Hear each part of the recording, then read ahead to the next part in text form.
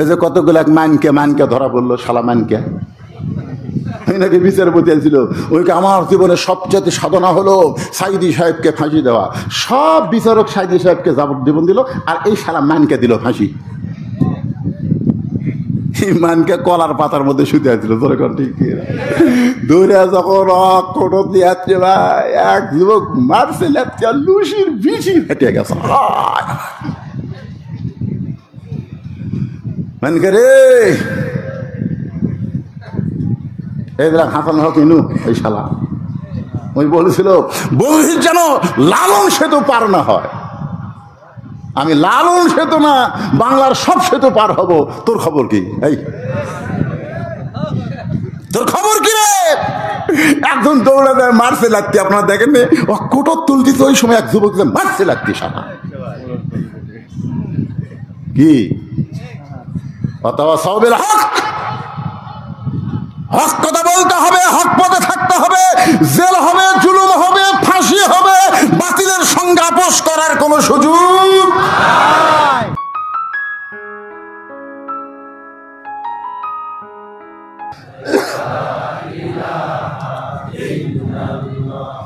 চাঁদ শুরু যার গ্রহ তারা, আল্লাহ নামের পাগল পারা। চাঁদ শুরু যার গ্রহ তারা, আল্লাহ নামের পাগল পারা। আমার আল্লাহ নামের এতই দয়া, আল্লাহ নামের এতই মায়া, লুকিয়ে রাখছেন হে আল্লাহ জোরে লা ইলাহা ইল্লাল্লাহ। ইল্লাল্লাহু ইল্লাল্লাহ ইল্লাল্লাহু ইল্লাল্লাহ লা ইলাহা ইল্লাল্লাহ লা ইলাহা লা ইলাহা ইল্লাল্লাহু মুহাম্মাদুর রাসূলুল্লাহ।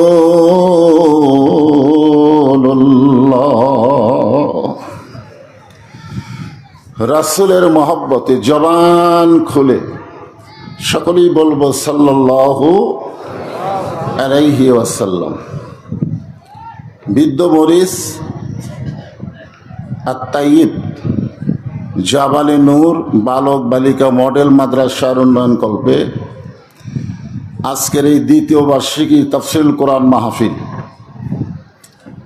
আজকের এই মাহফিলে আল্লাহ তাআলা যিনাকে সম্মানিত সভাপতির আসনে কবুল করেছেন, জনাব মোহাম্মদ হাসানুল্লাহ প্রামাণিক,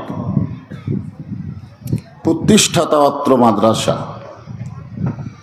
আজকের এই মাহফিলের সম্মানিত সহসভাপতি জনাব মোহাম্মদ জাহিদুল ইসলাম সরকার।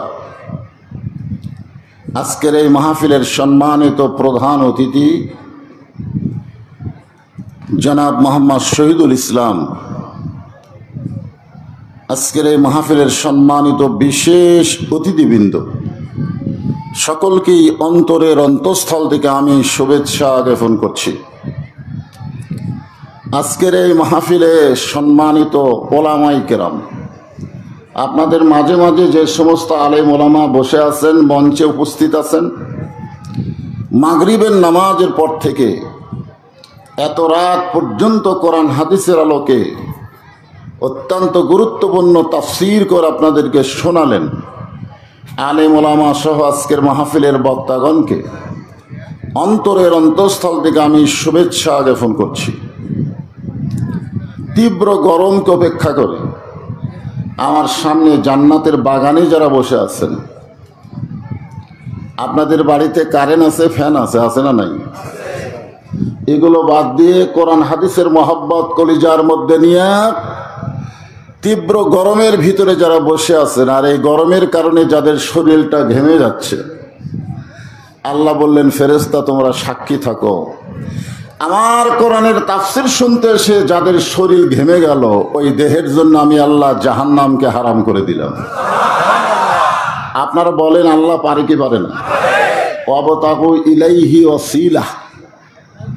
আল্লাহ বলেছেন তোমরা ওসিলা তালাশ করো। মনে করো না যে নামাজ দিয়া, রোজা দিয়া, হজ দিয়া, যাকাত দিয়া তোমরা জান্নাত পাবে, এটা মনে করো না। জান্নাত পাওয়া হচ্ছে আল্লাহর দয়া। জোরে কোন কথা ঠিক কিনা? আর আজকের এই মাহফিলে বসা যদি আল্লাহর দয়া হয়, তাহলে শরীর ঘামা আমাদের জন্য ভালো লক্ষণ না খারাপ লক্ষণ?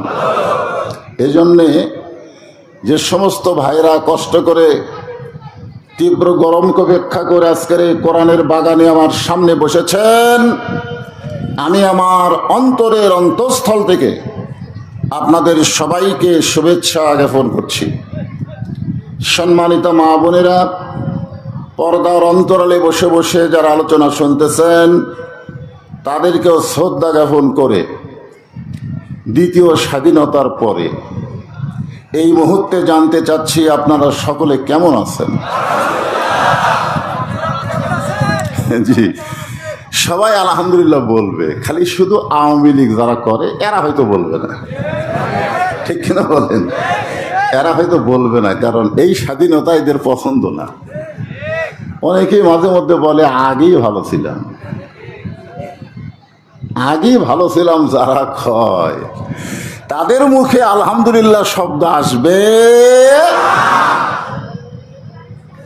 তো যে আল্লাহ দয়া করে রহম করে আজকের এই জান্নাতের বাগানে কবুল করলেন, আমরা সে আল্লাহর ওপর খুশি না বেজার? তাহলে জবান খুলে সমস্বরে সকলে বলবো রব্বানা লাকাল হামদ হামদান কাসীরান তাইয়িবান মুবারাকান ফীহি। আমরা প্রশংসা করলাম কার? এমনি এমনি। আপনি যদি চেয়ারম্যানের প্রশংসা করেন তাহলে সামনে ইলেকশনে ভোট বেশি পাবে। জোরেগণ ঠিক কিনা? এতে আপনার কোনোই লাভ হবে না, লাভ হবে চেয়ারম্যানের। আপনি যদি বক্তার প্রশংসা করেন, বক্তা বেশি বেশি দাওয়াত পাবে, আপনার কোনো লাভ নাই, লাভ হবে বক্তা। ঠিক কিনা বলেন? কিন্তু আল্লাহর যদি প্রশংসা করেন, আল্লাহর কোনোই লাভ নাই, বরং যারা প্রশংসা করলো তাদের প্রতি আল্লাহ এত খুশি, আসমান জমিনের ফাঁকা জায়গাটা নেকি দিয়ে পরিপূর্ণ করে দিল। হাই সর্বনাশ, আবার তো কাম সারলেন। এই যে সুবহানাল্লাহ বলেন, বসে আছেন বৃদ্ধ মরিচ ময়দানে, আর সুবহানাল্লাহ বলার কারণে আল্লাহ আপনাদের নামে জান্নাতের বাগানে একটা গাছ লাগাই দিল। কবে আমরা জান্নাত পাবো? আর এখনই গাছ লাগান শেষ। তিনটা তাসবিহ বলার ব্যাপারে কোনো আপত্তি করা যায় না। একটা হলো সুবহানাল্লাহ, একটা হলো আলহামদুলিল্লাহ, আর একটা হলো আল্লাহু আকবার। মানুষের তৈরি যারা রাজনীতি করে তাদের দলের মধ্যে কিন্তু আল্লাহু আকবার নাই। জোরে কথা ঠিক কিনা? আপনি বুঝতে পারবেন কোনটা আল্লাহর দল কোনটা শয়তানের দল, এটা বুঝবার পারবেন। কারণ শয়তান সুবহানাল্লাহ আলহামদুলিল্লাহ বললে খুব একটা বেজার হয় না, তবে খুশি হয় কে? শয়তান বেজার হয় না। কিন্তু আল্লাহু আকবার যদি বলেন, শয়তান এত বেজার হয়। রাসূল বলেছেন যত জোরে বলবে শয়তান তত দূরে পালায় যাবে, আর পলানোর সময় ওর পিছন দিয়ে একটা বাতাস বের হবে। এখন এই তিনটা তাসবিহ, বিশেষ করে সুবহানাল্লাহ আলহামদুলিল্লাহ, দীর্ঘ 16 বছর ভালোই চালু ছিল, কিন্তু আল্লাহু আকবারের ব্যাপারে একটু, ঠিক কিনা বলেন? এখনকার সেই সমস্যা আছে। মোদির বউ নাই, পালায় গেছে কোন জায়গায়। আর কোন অনুমতি লাগবে না। মাহফিল করতে গেলে মাহফিলের অনুমতি নেওয়া লাগতো। জোরে বলেন কথা ঠিক কিনা? এখন অনুমতি লাগবে না। আয় আয় আয়, বদরুল রশিদকে বাধা দে। কত বড় বাপের বেটা হয়েছি, জোরে বলেন কথা ঠিক কিনা?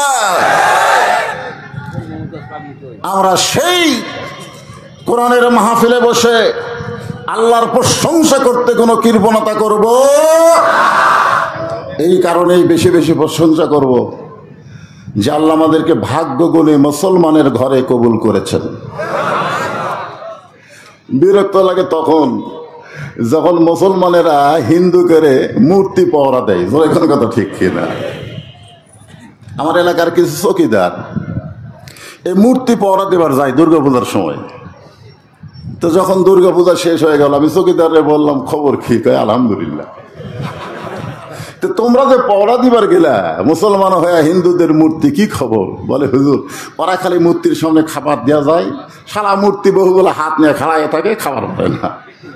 রাত যখন গভীর হয় তখন আমরাই খাই। আমি বললাম, খাইতে কেমন লাগে? বলে হুজুর, ওদের মধ্যে একটা খাদ্য খুবই স্বাদ ছিল, ঘি দিয়ে নারকেল বড়ি। ধরে ঘি দিয়ে কি বড়ি? নারকেল বড়ি। আমি বললাম, ঠিক আছে, পহরা দিবার গিয়া তোমরা দেখছো কি? এক চৌকিদার বলে, হুজুর আপনি আমার কাছে আসেন, কানে কানে কোয়া লাগবে। আমি বললাম, কি? বলে, রাত যখন গভীর আমরা ঘুমাই গেছি, কিন্তু হঠাৎ দেখে একটা কুত্তা এসে, যে মূর্তির 10 হাত, ধরে বলেন কয় হাত, ওই মূর্তির সামনে এক খালি নারকেল বড়ি আছে, কুত্তা এসে সমানে খাচ্ছে, আর এতগুলো হাত থেকে কিছুই করতে পারতেছে না। তোমরা মূর্তি পহরা দাও কেন? বলে মুসলমান যেন মূর্তি না ভাঙ্গে। শেষ খবর কি? বলে ওই সারা হিন্দুরাই ভাঙলো হুজুর। দশমীর দিনে ওরাই পানিতে নিয়ে যায়, একে লাগতে লাগতে সবগুলো ভাঙ্গে শেষ করে দিল। ওরা মূর্তি ভাঙবে, কোন আপত্তি নাই, কিন্তু মুসলমান মূর্তি ভাঙবে। বাংলাদেশের মুসলমান মূর্তি পাহারা দেওয়া লাগে। জোরে বলেন কথা ঠিক কিনা? কারণ কি? অবশ্যই কারণ আছে না নাই? আল্লাহ কোরআনে বলেছেন, অমাইয়াবতাগি গায়রাল ইসলামা দীনান ফালা ইউকবালা মিনহু। ইসলাম ছাড়া অন্য কোন ধর্ম কেউ যদি গ্রহণ করে, আল্লাহ বলেছেন সেইটা কবুল করা হবে না। আল্লাহর কাছে একমাত্র কবুলযোগ্য ধর্মের নাম কি? আর সেই ধর্মে জন্ম নেওয়া আমরা মুসলমান। খুশি না বিদার? তাহলে জবান খুলে বলি আলহামদুলিল্লাহ। আমরা আল্লাহর প্রশংসা করার আরেকটা কারণ হলো, আমরা এমন একজন মহামানবকে আমাদের নেতা হিসাবে গ্রহণ করেছি, যে কিছুক্ষণ আগে বললাম না, সাইয়েদেনা। সাইয়েদেনা মানে আমাদের নেতা। এমন একজন মহামানব যিনি লাইলাতুল মেরাজে জান্নাতের মধ্যে ঢুকলে ফেরেশতা জিবরাইল বললেন, হুজুর আপনি যদি জান্নাত থেকে বের না হন, আল্লাহ আপনাকে বার করে দিবে না। কারণ জান্নাতের বক্তব্য হলো, সালামুন আলাইকুম তিবতুম ফাদখুলুহা খালিদিন। কেউ যদি একবার জান্নাতে প্রবেশ করে, আল্লাহ বলেন তাকে চিরস্থায়ীভাবে জান্নাত দেওয়া হলো। জিবরাইল বলতেছে, হুজুর আপনি যদি বার না হন, আল্লাহ আপনাকে বার করে দিবে না। সঙ্গে সঙ্গে আল্লাহ বললেন, জিবরাইল আমি হলাম নবী, আমি জান্নাতে থাকার জন্য ঢুকে নাই, আমি জান্নাত দেখার জন্য ঢুকেছি। যারা আমাকে নেতা হিসাবে মেনে নিয়েছে, যারা আমার উম্মত হয়েছে, তাদের জন্য আল্লাহ কেমন জান্নাত বানাইছে এটা দেখার জন্য প্রবেশ করেছি। আমি সেই দিন জান্নাতে ঢুকবো যেদিন আমার সমস্ত উম্মতেরা জান্নাতি হবে। এমন একজন মহামানব হলেন আমাদের নেতা, যিনি জান্নাতে গিয়ে আমাদের কথা ভোলে নাই। আর আমরা যাদেরকে নেতা নেত্রী মানি, বিপদে পড়ে তারা একলা একলাই পালায়া যায়। জোরে বলেন কথা ঠিক কিনা? এমন নেতা নেত্রী আমরা মানব? জোরে বলেন মানব? এমন একজন বিশ্বনবীর উম্মত হিসেবে আল্লাহ আমাদের কবুল করেছে। খুশি না বেজার? সকলে বলে আলহামদুলিল্লাহ। এখন আসেন যে কোরআন থেকে তাফসির হবে, ছোট্ট একটা সূরা আপনাদের সামনে আজকে আলোচনা করব, কারণ খুব গরম তো, এই জন্য লম্বা চড়া আওয়াজ হবে না। হ্যাঁ, সবাই একটু গুরুত্ব দিয়ে মনোযোগ দিয়ে শুনবেন। আপনারা যাচ্ছেন কেন? এই চেয়ার খালি থাকা যাবে না, একটা চেয়ারও সামনে খালি থাকবে না, ফাঁকা হলেই বসে যাবে আর একজন। হ্যাঁ, একটু মনোযোগ দিয়ে শুনবেন। যে কোরআনের তাফসির হবে, এ কোরআন কি আপনারা দেখছেন? দেখছেন? বাংলাদেশে আমরা স্বাধীনতার পরে দেখছি বাবার রাজত্ব, বাবা। তারপরে দেখছি ৭৫-এর পরে একজন ভাই স্বাধীনতার ঘোষক, তিনি রাজত্ব করেছেন। জোরে কোন ঠিক কিনা? এরপরে আমরা দেখলাম স্বৈরাচারী চাচা, ঠিক কিনা বলেন? তারপরে দেখলাম আবার যে ভাই ছিল তার বউ আমাদের ভাবি, বগুড়া জেলার ভাবি। হ্যাঁ, তিনি কিছুদিন ক্ষমতা চালালেন। এরপরে বুবু, তারপরে ভাবি, তারপরে বুবু ভোট না পেলেও দিনের ভোট রাতে কামাই করে। ধরে কোন ঠিক কিনা? সকালে এসে গল্প করে, তুই কতগুলো মারছিস? আমি 100টা মারছি, আমি 200টা মারছি। আসলে বলেন তো, সকালে গল্প করতেছে, তাহলে মারছে কখন? রাত। এগুলো সব আমাদের দেখা শেষ।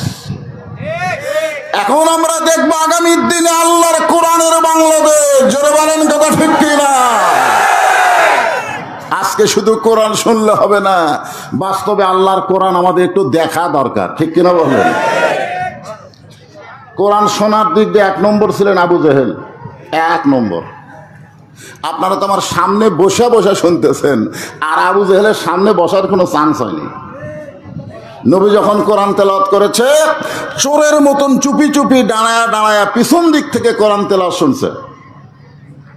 সকালবেলা এসে সভাসদ বর্গের মতন মুখ ফসকে, সভাসদ বর্গের মধ্যে মুখ ফসকে বের হয়ে গেছে। এত সুন্দর কোরআনের বাণী, রাতটা কোন দিক দিয়ে গেল আমি বুঝবারই পারিনি। সুবহানাল্লাহ খান। এ কথা কে বলতেছে? আবু জেহেল বলতেছে, এত সুন্দর কোরআনের বাণী, রাতটা কোন দিক দিয়ে গেল বুঝবারই পারিনি। আবু সুফিয়ান বলেন, এটা যেই কোরআন শুনতে রাত কোন দিক দিয়ে গেল আপনি বুঝতে পারলেন না, সেই কোরআন গ্রহণ করলে অসুবিধা কি? শুনতেই যদি এত ভালো লাগে, সেই কোরআন গ্রহণ করলে ধরলে অসুবিধা কি? আবু জেহেল বলতেছে, আবু সুফিয়ান, এই কোরআনকে যদি গ্রহণ করা হয় তাহলে তোর আমার নেতৃত্ব চলবে না, আসল নেতা হবে আব্দুল্লাহর এতিম পোলা। আপনারা বলেন তো, আসল নেতা কে? মুহাম্মাদুর, আমার নেতা, তোমার নেতা। যারা বলতেছেন না, মুখ বন্ধ করে আছেন। হাসর হবে তামার সানি, উম্মত বলবেন পানি পানি। সেই কঠিন দিনে পানি দেওয়ার সাধ্য কারো নাই। যিনি আমাদের পানি পান করাবেন হাউজে কাউসার থেকে, তিনি হলেন আমাদের নেতা মুহাম্মাদুর রাসূলুল্লাহ। তাহলে আল্লাহর কোরআনকে ধরলে নেতা হবে কে? হায় সর্বনাশ! আজও বাংলাদেশে আবু জেহেলের নেতৃত্ব যারা দিবার চায়, তারা কোনো সময় চায় না আল্লাহর কোরআন দিয়ে বাংলার রাষ্ট্র চলুক। জোরে বলেন কথা ঠিক কিনা? আল্লাহর কোরআন দিয়ে বাংলাদেশের রাষ্ট্র চললে আমরা কি পাবো, এইটাকে সামনে নিয়ে ছোট্ট একটা সূরা আপনাদের সামনে আলোচনা করতেছি। সূরাটার নাম হলো সূরা আসর। কি নাম? আসর শব্দের অর্থ হলো সময়। মিশে মায়াই বন্দি থাইকা করলাম কত খেলা, পশ্চিমে তাকায়া দেখো তোমার ডুইবা গেছে বেলা। আপনারা বলেন, আমাদের সময় কি শেষ হচ্ছে না বাড়তিছে? শেষ হয়ে যাচ্ছে। খুব খেয়াল করবেন, আমি আপনাদের এলাকায় বিলের মধ্যে ওয়াজ করতাম, তখন আমার দাড়ি সবগুলা কালো ছিল। কালো ছিল না? এখন সেই দাড়িগুলো আর কালো খুঁজে পাওয়া যাচ্ছে না। এক পলকের নাই ভরসা, মিশে সকল আশা, কখন বুঝি দারুণ ঝড়ে ভাঙবে তোমার বাসা। এখানে আল্লাহ সময়ের শপথ করলেন। সময় অত্যন্ত গুরুত্বপূর্ণ একটা বিষয়। বর্তমানে বাংলাদেশে যে সময় চলতেছে, এটা কেমন সময়? কথা কয় না। এক ছোট বাচ্চারে মা নিয়ে আইছে আমার কাছে, হুজুর সবসময় কান্দে, একটু দোয়া পড়ে ফুঁক দেন তো। আমি সূরা ফাতিহা পড়ে ফুঁক দিলাম, ওর কান্না আরো বেড়ে গেছে। মা নিয়ে চলে গেল। কয়েকদিন পরে এসে বলে, হুজুর কি দোয়া করলেন, একটু পানি পড়া দেন তো। আমি আয়াতুল কুরসি পড়ে পানি পড়া দিলাম। ওর মা পানি নিয়ে যা বাচ্চারে খাওয়াইছে, কান্না আরো বেড়ে গেছে। তোরে আমারে কইল, হুজুর দোয়া দরুদ দিয়ে আর বাংলাদেশ চলবি না। আমি বললাম, তাহলে তোমার সন্তান কি এখনো কাঁদতেছে? বলে, না হুজুর কাঁদতেছে না, ওর বাপ এক মোবাইল কিনে দিছে, এখন কান্না শুরু করলেই মোবাইল চালু করে দিই, আর কান্দে না। যেই সময় দোয়া দরুদ দিয়া সন্তানের কান্না থামে না, মোবাইল চালু করে কান্না থামাতে হয়, এই সময় কোনোদিন ভালো সময় হতে পারে না। জোরে বলেন কথা ঠিক কি না? প্রত্যেকটা যুবকদের হাতে একটা করে মোবাইল। আমার কয় হুজুর একটু সেলফি তুলি, একটু ছবি তুলি। হায় হায়, আপনি বলেন আমাদের এই সোনার যুবকদের চরিত্র যদি ভালো করতে চাই, কোনো ম্যাজিক দিয়ে কোনো জাদু দিয়ে ভালো করা যাবে না। ভালো করতে গেলে একটা ঔষধ লাগবে। জোরে কোন কথা ঠিক কিনা? আপনারা বলেন তো সে ঔষধের নাম কি? অনুনাজ্জিলু মিনাল কুরআনি মা হুয়া শিফাউ ওয়া রাহমাতুল লিল মুমিনিন। সব সমস্যার সমাধান দিতে পারে কোরআন। সবাই বলছেন কোরআনকে কিন্তু সুপারিশ করতে বলা হবে। আল্লাহ বলবেন কোরআন তোমার দলে যারা কাজ করছে তাদের সুপারিশ করো। আজকে স্লোগান দিতেও যারা মুখ বন্ধ করে রাখতেছেন বিপদ পড়ে যাবেন। সবাই একটু জবান খুলে বলবেন, গরম লাগলে কি হবে একটু বলেন। সব সমস্যার সমাধান দিতে পারে আল কোরআনের আলো। কি কইলেন? দুই দল হলো, এক দলকে সংসদে, এক দলকে ঘরে ঘরে।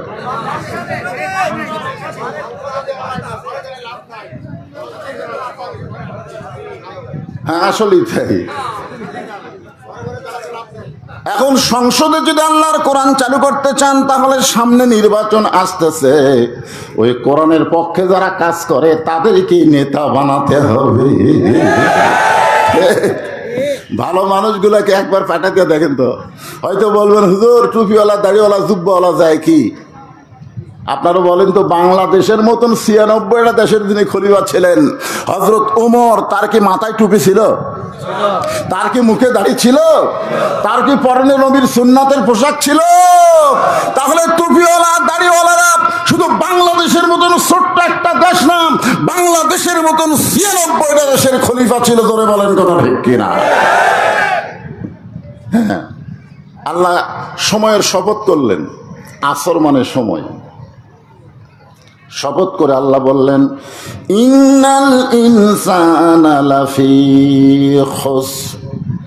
ইন্না মানে নিশ্চয়, ইনসান মানে মানুষ, লাফি মানে ভিতরে, খুসরুন মানে ক্ষতি। নিশ্চয় মানুষগুলো ক্ষতির ভিতরে। এ কথা বললেন কে? আল্লাহ।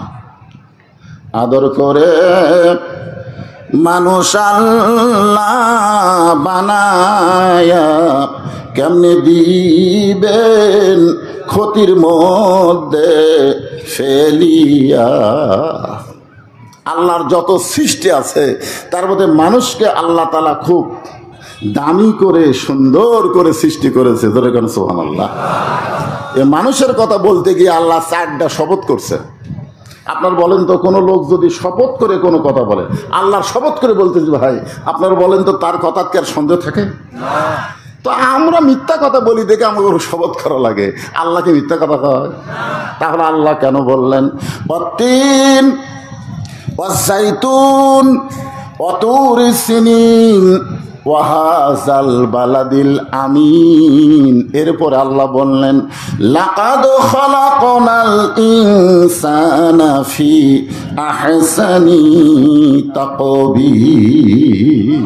আল্লাহু আকবার। কেরে আল্লাহু আকবার বলতে আপত্তি আছে নাকি? তাহলে মানুষকে আল্লাহ সর্বোত্তম আকৃতি দিয়া সৃষ্টি করল। আবার সেই মানুষ সম্পর্কে বললেন ইন্নাল ইনসানা লাফি খুসর। নিশ্চয় মানুষগুলো ক্ষতির ভিতরে। মানুষ ক্ষতির মধ্যে পড়ুক এটাকে আমার আল্লাহ চায় না বলে আল্লাহ এখানে 4টা কথা বলছেন। একটু মনোযোগ দিয়ে শুনবেন। ইল্লাল্লাযীনা আমানু 1 নম্বর, ওয়া আমিলুস সলিহাত 2 নম্বর, ওয়া তাওয়াসাউ বিল হক 3 নম্বর, ওয়া তাওয়াসাউ বিস সবর। এই 4টি বিষয়ের মধ্যে যারা থাকবে আল্লাহ বলতেছেন তারা ক্ষতির মধ্যে পড়বে না। এখন আসেন, এই ওটা বসা করে কে রে? ওই সাইড দিয়ে দুটো খেয়ে ঘুরতে যা। আমি বলছি কোরআনের তাফসীর মনোযোগ দিয়ে শুনতে হবে। মনোযোগ না দিলে বুঝবেন না তো। আল্লাহ কোরআনে বললেন ইন্নামাল মুমিনুনা আল্লাযীনা ইযা যুকিরাল্লাহু ওয়াজিলাত কুলুবুহুম ওয়া ইযা তুলিয়াত আলাইহিম আয়াতুহু যাদাতুহুম ঈমানা ওয়া আলা রাব্বিহিম ইয়াতাওয়াক্কালুন। সূরা আসরের মধ্যে বিষয় হলো 4টা। জোরে বলেন কয়টা? আরো জোরে। জোর হলো না? 1 নম্বর হলো ঈমান। ঈমান যদি না থাকে আপনি যতই ভালো কাজ করেন আল্লাহর দরবারে কবুল হবে না। যার প্রমাণ হলো 3 জন। জোরে বলেন কয়জন? বেঈমান ছিল নবীর চাচা আবু তালেব। অত্যন্ত ভালো মানুষ ছিল, যিনি নবীকে লালন পালন করেছেন। শুধু ঈমান না থাকার কারণে তাকে জাহান্নামের আগুনে পড়তে হবে। 2 নম্বর হলো দাতা হাতেম তাই, অত্যন্ত বড় দানবীর ছিল, কিন্তু বেঈমান হওয়ার কারণে জাহান্নামে যাইতে হবে। 3 নম্বর বাদশা নওশেরওয়ান, অত্যন্ত ন্যায়পরায়ণ শাসক ছিল, কিন্তু বেঈমান হওয়ার কারণে তাকে জাহান্নামে যাইতে হবে। এখান থেকে প্রমাণ হলো আমরা যতই ভালো আমল করি না কেন, এইটা কবুল করতে গেলে যে এইটা প্রথম লাগবে তার নাম কি?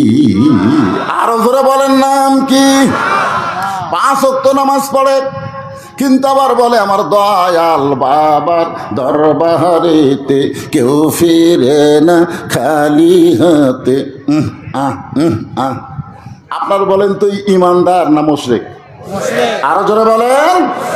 আল্লাহর ধন নবীরে দিয়া, আল্লাহ আছে গায়েব হইয়া, নবীর ধন খাজানিয়া শুয়ে আছে আজমিরে, কেউ ফিরে না খালি হাতে, খাজারে তোর দরবারে।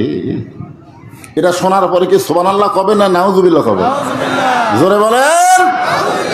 তার মানে বোঝা গেল আপনি যতই আমল করেন, ঈমান যদি আপনার ঠিক না হয় তাহলে একটা আমল আল্লাহর দরবারে কবুল হবে না। এই জন্য প্রথম বিষয় হলো ঈমান। 1 নম্বর কি? ঈমান। আমাদের বাংলাদেশের অধিকাংশ মুসলমানের ঈমানই নেই। দরকার কি নাই? আসলে মুসলমান দাবি করবেন আর শয়তানের আইন অনুযায়ী চলবেন, আর মনে করবেন আমি ঈমানদার। যদি বলেন হুজুর শয়তানের আইন যে চলতেছে আমরা করব কি? আল্লাহ নবী বললেন মান সাল্লাল্লাহু তাআলা আশ-শাহাদাতা বিসিদকিন বাল্লাগাহুল্লাহু মানাজিলাশ শুহাদা ওয়া ইম্মা তাআলা ফিরাশিহি রাওয়াহুল বুখারী কিতাবুল মাগাজি। শয়তানের আইন যে বাংলাদেশ চলে, আর তুমি যদি আল্লাহর আইন কোরআন চালু করার জন্য আল্লাহর দল করো, রাসূল বলতেছেন আল্লাহর দল করার কারণে নিজের বিছনায় যদি মৃত্যুবরণ করো, কোরআনের শাসন যদি তুমি দেখতে নাও পারো, এরপর হাসরের ময়দানে আল্লাহ তোমাকে এই কোরআনের দল করার কারণে শাহাদাতের মর্যাদা দান করে দিবে। এখন আপনারা বলেন কোরআনের দল করার দরকার আছে না নাই? আমি কোরআনের শাসন দেখতে না পারলেও আমি কোরআনের একজন কর্মী, এই পরিচয় তো আমাদেরকে দিতে হবে, কাজ করতে হবে। এবার কিন্তু সুযোগ আছে ভাই। গোটা বাংলাদেশ ঘুরে যা দেখতে পাচ্ছি, আগামীতে আল্লাহর কোরআনের সমাজ বাংলার মুসলমান পেয়ে যাবে ইনশাআল্লাহ। দিন দিন মানুষ দেখতেছে খামাখা, শান্তি নাই তো। এই জন্য ঈমানটা ঠিক করা লাগবে। যাকে বিশ্বাস করবো আল্লাহ হিসাবে, তার সমাজ, তার আইন সব আমাদের গ্রহণ করার দরকার আছে না নাই? সাহাবীরা জিজ্ঞাসা করলেন মা হুয়াল ঈমান ইয়া রাসূলুল্লাহ, ঈমান সম্পর্কে আমরা একটু জানতে চাই। আল্লাহ রাসূল বললেন, এই মনোযোগ দিয়ে শোনেন, আল্লাহ রাসূল বললেন ইকরার বিল লিসান, তাসদিক বিল জানান, আমল বিল আরকান, এরই নাম হলো ঈমান। এখানে কয় কথা কইছে? জবানে বলতে হবে লা ইলাহা ইল্লাল্লাহ, শুধু জবানে বললে হবে না, তাসদিক বিল জানান, ওইটা কলিজার মধ্যে জায়গা দেওয়া লাগবে। যখন ঈমানকে মানুষ কলিজার মধ্যে জায়গা দেয়, তার চরিত্র কেমন হবে?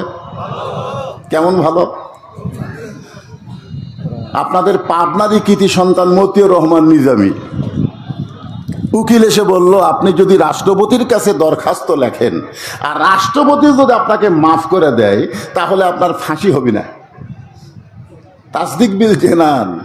কলিজার ইমান নিয়ে মতিউর রহমান নিজামী বললেন, উকিল তোমার কথা শুনে আমাকে হাসি লাগতেছে। উকিল বলে, হাসার কথা তো বলি নাই, রাষ্ট্রপতির কাছে বাঁচার দরখাস্ত লেখার বলছি, এখানে হাসির কি? ইমানদার বললেন, উকিল আমি আমার জীবনে 3টা রাষ্ট্রপতিকে ক্ষমতা থাকা অবস্থায় মরা দেখছি। একটা হলো বঙ্গবন্ধু শেখ মুজিবুর রহমান, একটা জিয়াউর রহমান, একটা জিল্লুর রহমান, যারা ক্ষমতা থাকতে নিজেই মারা যায়। কোন ইমানদার বাঁচার জন্য তাদের কাছে দরখাস্ত লিখবে না। জোরে কোন কথা ঠিক কিনা? উকিল বলতেছে, তাহলে আপনার ফাঁসি হবে। আসামি মুসকে মুসকে হাসে। উকিল বলে, হাসেন কেন? বলে, আমার ফাঁসি হবে কিন্তু মৃত্যু হবে না। উকিল চমকে গিয়ে বলে, আপনি কি পাগল হয়েছেন? আপনার ফাঁসি হবে কিন্তু মৃত্যু হবে না কেন? সঙ্গে সঙ্গে আল্লাহর কোরআনকে হাতের মধ্যে নিয়ে বললেন, ওয়ালা তাকুলু লিমান ইউকতালু ফি সাবিলিল্লাহি আমওয়াতুন বাল আহইয়াউ ওয়ালাকিন লা তাশউরুন। আল্লাহ রাস্তায় যাদেরকে হত্যা করা হবে, আল্লাহ বলেছেন তাদেরকে মৃত্যু বলো না, বরং তারা জীবিত। ওয়ালাকিন লা তাশউরুন। সাধারণ জ্ঞান দিয়ে তোমরা বুঝতে পারবে না। যারা ক্ষমতার অহংকার করলো তারা সুরের মতন পালায়ে গেল। এই আল্লাহ ওয়ালাদেরকে ফাঁসি দেওয়ার পরেও তাদের জানাজায় লোকজনের জায়গা দিতে পারে না। জোরে বলেন কথা ঠিক কিনা? এরপরেও যদি বলো এরা মরে গেছে, আল্লাহ বলতেছেন ওয়ালাকিন লা তাশউরুন, তোদের ঘেলু নাই, ঘেলু নাই, তোদের মাথা নাই রে। তাসদিক বিল জানান। কলিজার মধ্যে যখন ঈমান চলে আসবে, ওই মানুষ সমস্ত বাতিলকে পায়ের তলে ফেলে দিয়ে হকের পক্ষের সৈনিক হয়ে যাবে। জোরে বলেন কথা ঠিক কিনা? এখন একজন বলেছে যে হুজুর দোয়া করেন আরবিতে। আমাদের প্রধানমন্ত্রীর নামে একটু দোয়া না করলে কিন্তু আপনার মডেল মসজিদ থেকে আর ইমামতি হবে না। কি মসজিদ? এই শালারা কিন্তু এতদিন আমাকে ধোকা দিয়ে বলছে যে প্রধানমন্ত্রী 560টা মসজিদ বানাছে। ভুয়া কথা। প্রধানমন্ত্রী তার বাপের টাকাতে বানায় নাই। সৌদি আরব 8,000 কোটি টাকা মসজিদের জন্য বাংলাদেশকে দান করেছে, আর সেই টাকাতে মসজিদ বানায় ওরা নিজের নামে তারিফ নিচে। ধরে কোন কথা ঠিক কিনা? এখন সব বোঝা যাচ্ছে। হ্যাঁ ভাইজান, মনোযোগ দিয়ে শুনবেন। তাসদিক বিল জানান। কলিজার মধ্যে ঈমান। কলিজার মধ্যে যখন ঈমান থাকবে, সেই লোকটা আল্লাহ ছাড়া অন্য কারোর সঙ্গে সম্পর্ক করবে। আল্লাহ রাসূল বললেন, আমল বিল আরকান। ঈমানের 3 নম্বর ব্যাখ্যা হলো ঈমান অনুযায়ী আমল করা লাগবে। আর ঈমান অনুযায়ী যদি আমল করতে চান তাহলে মানুষের আইন চলবে না, আইন চলবে কার? এরপরে সূরা আসরের 2 নম্বর বিষয় হলো আমিলুস সালেহা। নেক আমল করা লাগবে। আপনারা সবাই নেক আমল করতে চান কি চান না? মনে করেন, এটা বোঝানোর জন্য বলতেছি, আপনার বাড়ি থেকে মসজিদ হলো 100 গজ দূরে। আপনি বাড়ি থেকে ওযু করে যোহর নামাজ পড়ার জন্য মসজিদে রওনা দিচ্ছেন। নিয়ত করেছেন আমি সামনে কাতারে তাকবীরে উলার সাথে নামাজ পড়ব। আপনার বলেন আপনার নিয়ত কি খারাপ? ভালো নিয়ত। কিন্তু 100 গজ দূর মসজিদে যাইতে 2টা বেপরদা নারী আপনার 2 চোখত পড়ছে। আপনি দেখবার চান নাই, তারপরেও পড়িছে। আপনার বলেন যে যারা মোটর সাইকেল চলায় তাদের চোখে কি মশামাছি ফালাবার চায়? কিন্তু তারপরেও পড়ে কি পড়ে না? তো মশামাছি যদি পড়ে, ও কিন্তু আর মোটর সাইকেল চালায় না, সাথে সাথে মোটর সাইকেল ব্রেক করে ওরা তোলার চেষ্টা করে। তো আপনার চোখে যদি পোকা পড়তো আপনি তুলতে পারতেন, কিন্তু 2টা বেপরদা নারী যদি চোখত পড়ে আপনি কেমনি তুলবেন? কারণ চোখত পড়া মাত্রই কি আর চোখত আছে? ওইটা এই জায়গাতে একটা মেমোরি, এই মেমোরির মধ্যে লোড হয়ে গেছে। এখন মসজিদের সামনে কাতারে গিয়ে আপনি নিয়ত করছেন ইলা জিহাতিল কাবাতি শরীফাতে আল্লাহু আকবার। মুখ আছে কাবার দিকে, চোখ আছে সিজদার দিকে, আর মন খালি বলতেছে রাস্তাত কি দেখলাম রে। তার মানে কি বুঝলেন? আপনার আপনার বাড়ি থেকে মসজিদ পর্যন্ত যাইতে গেলে বেপর্দা নারী মুক্ত রাস্তা করতে হবে। আর বেপর্দা নারী মুক্ত রাস্তা করতে গেলে কোন সরকারের আইন দেওয়া হবে না, আল্লাহর কোরআনের আইন লাগবে। জোরে কোন কথা ঠিক কিনা?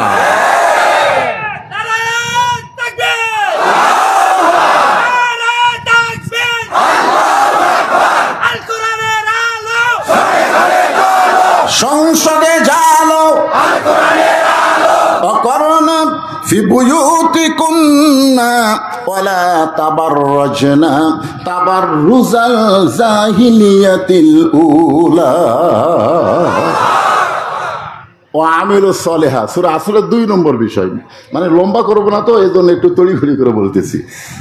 আচ্ছা ঠিক আছে, তাহলে নেক আমল করবার গেলে মন চাইলেও আপনি পারবেন না যদি সুন্দর পরিবেশ না থাকে। জোরে কোন কথা ঠিক কিনা?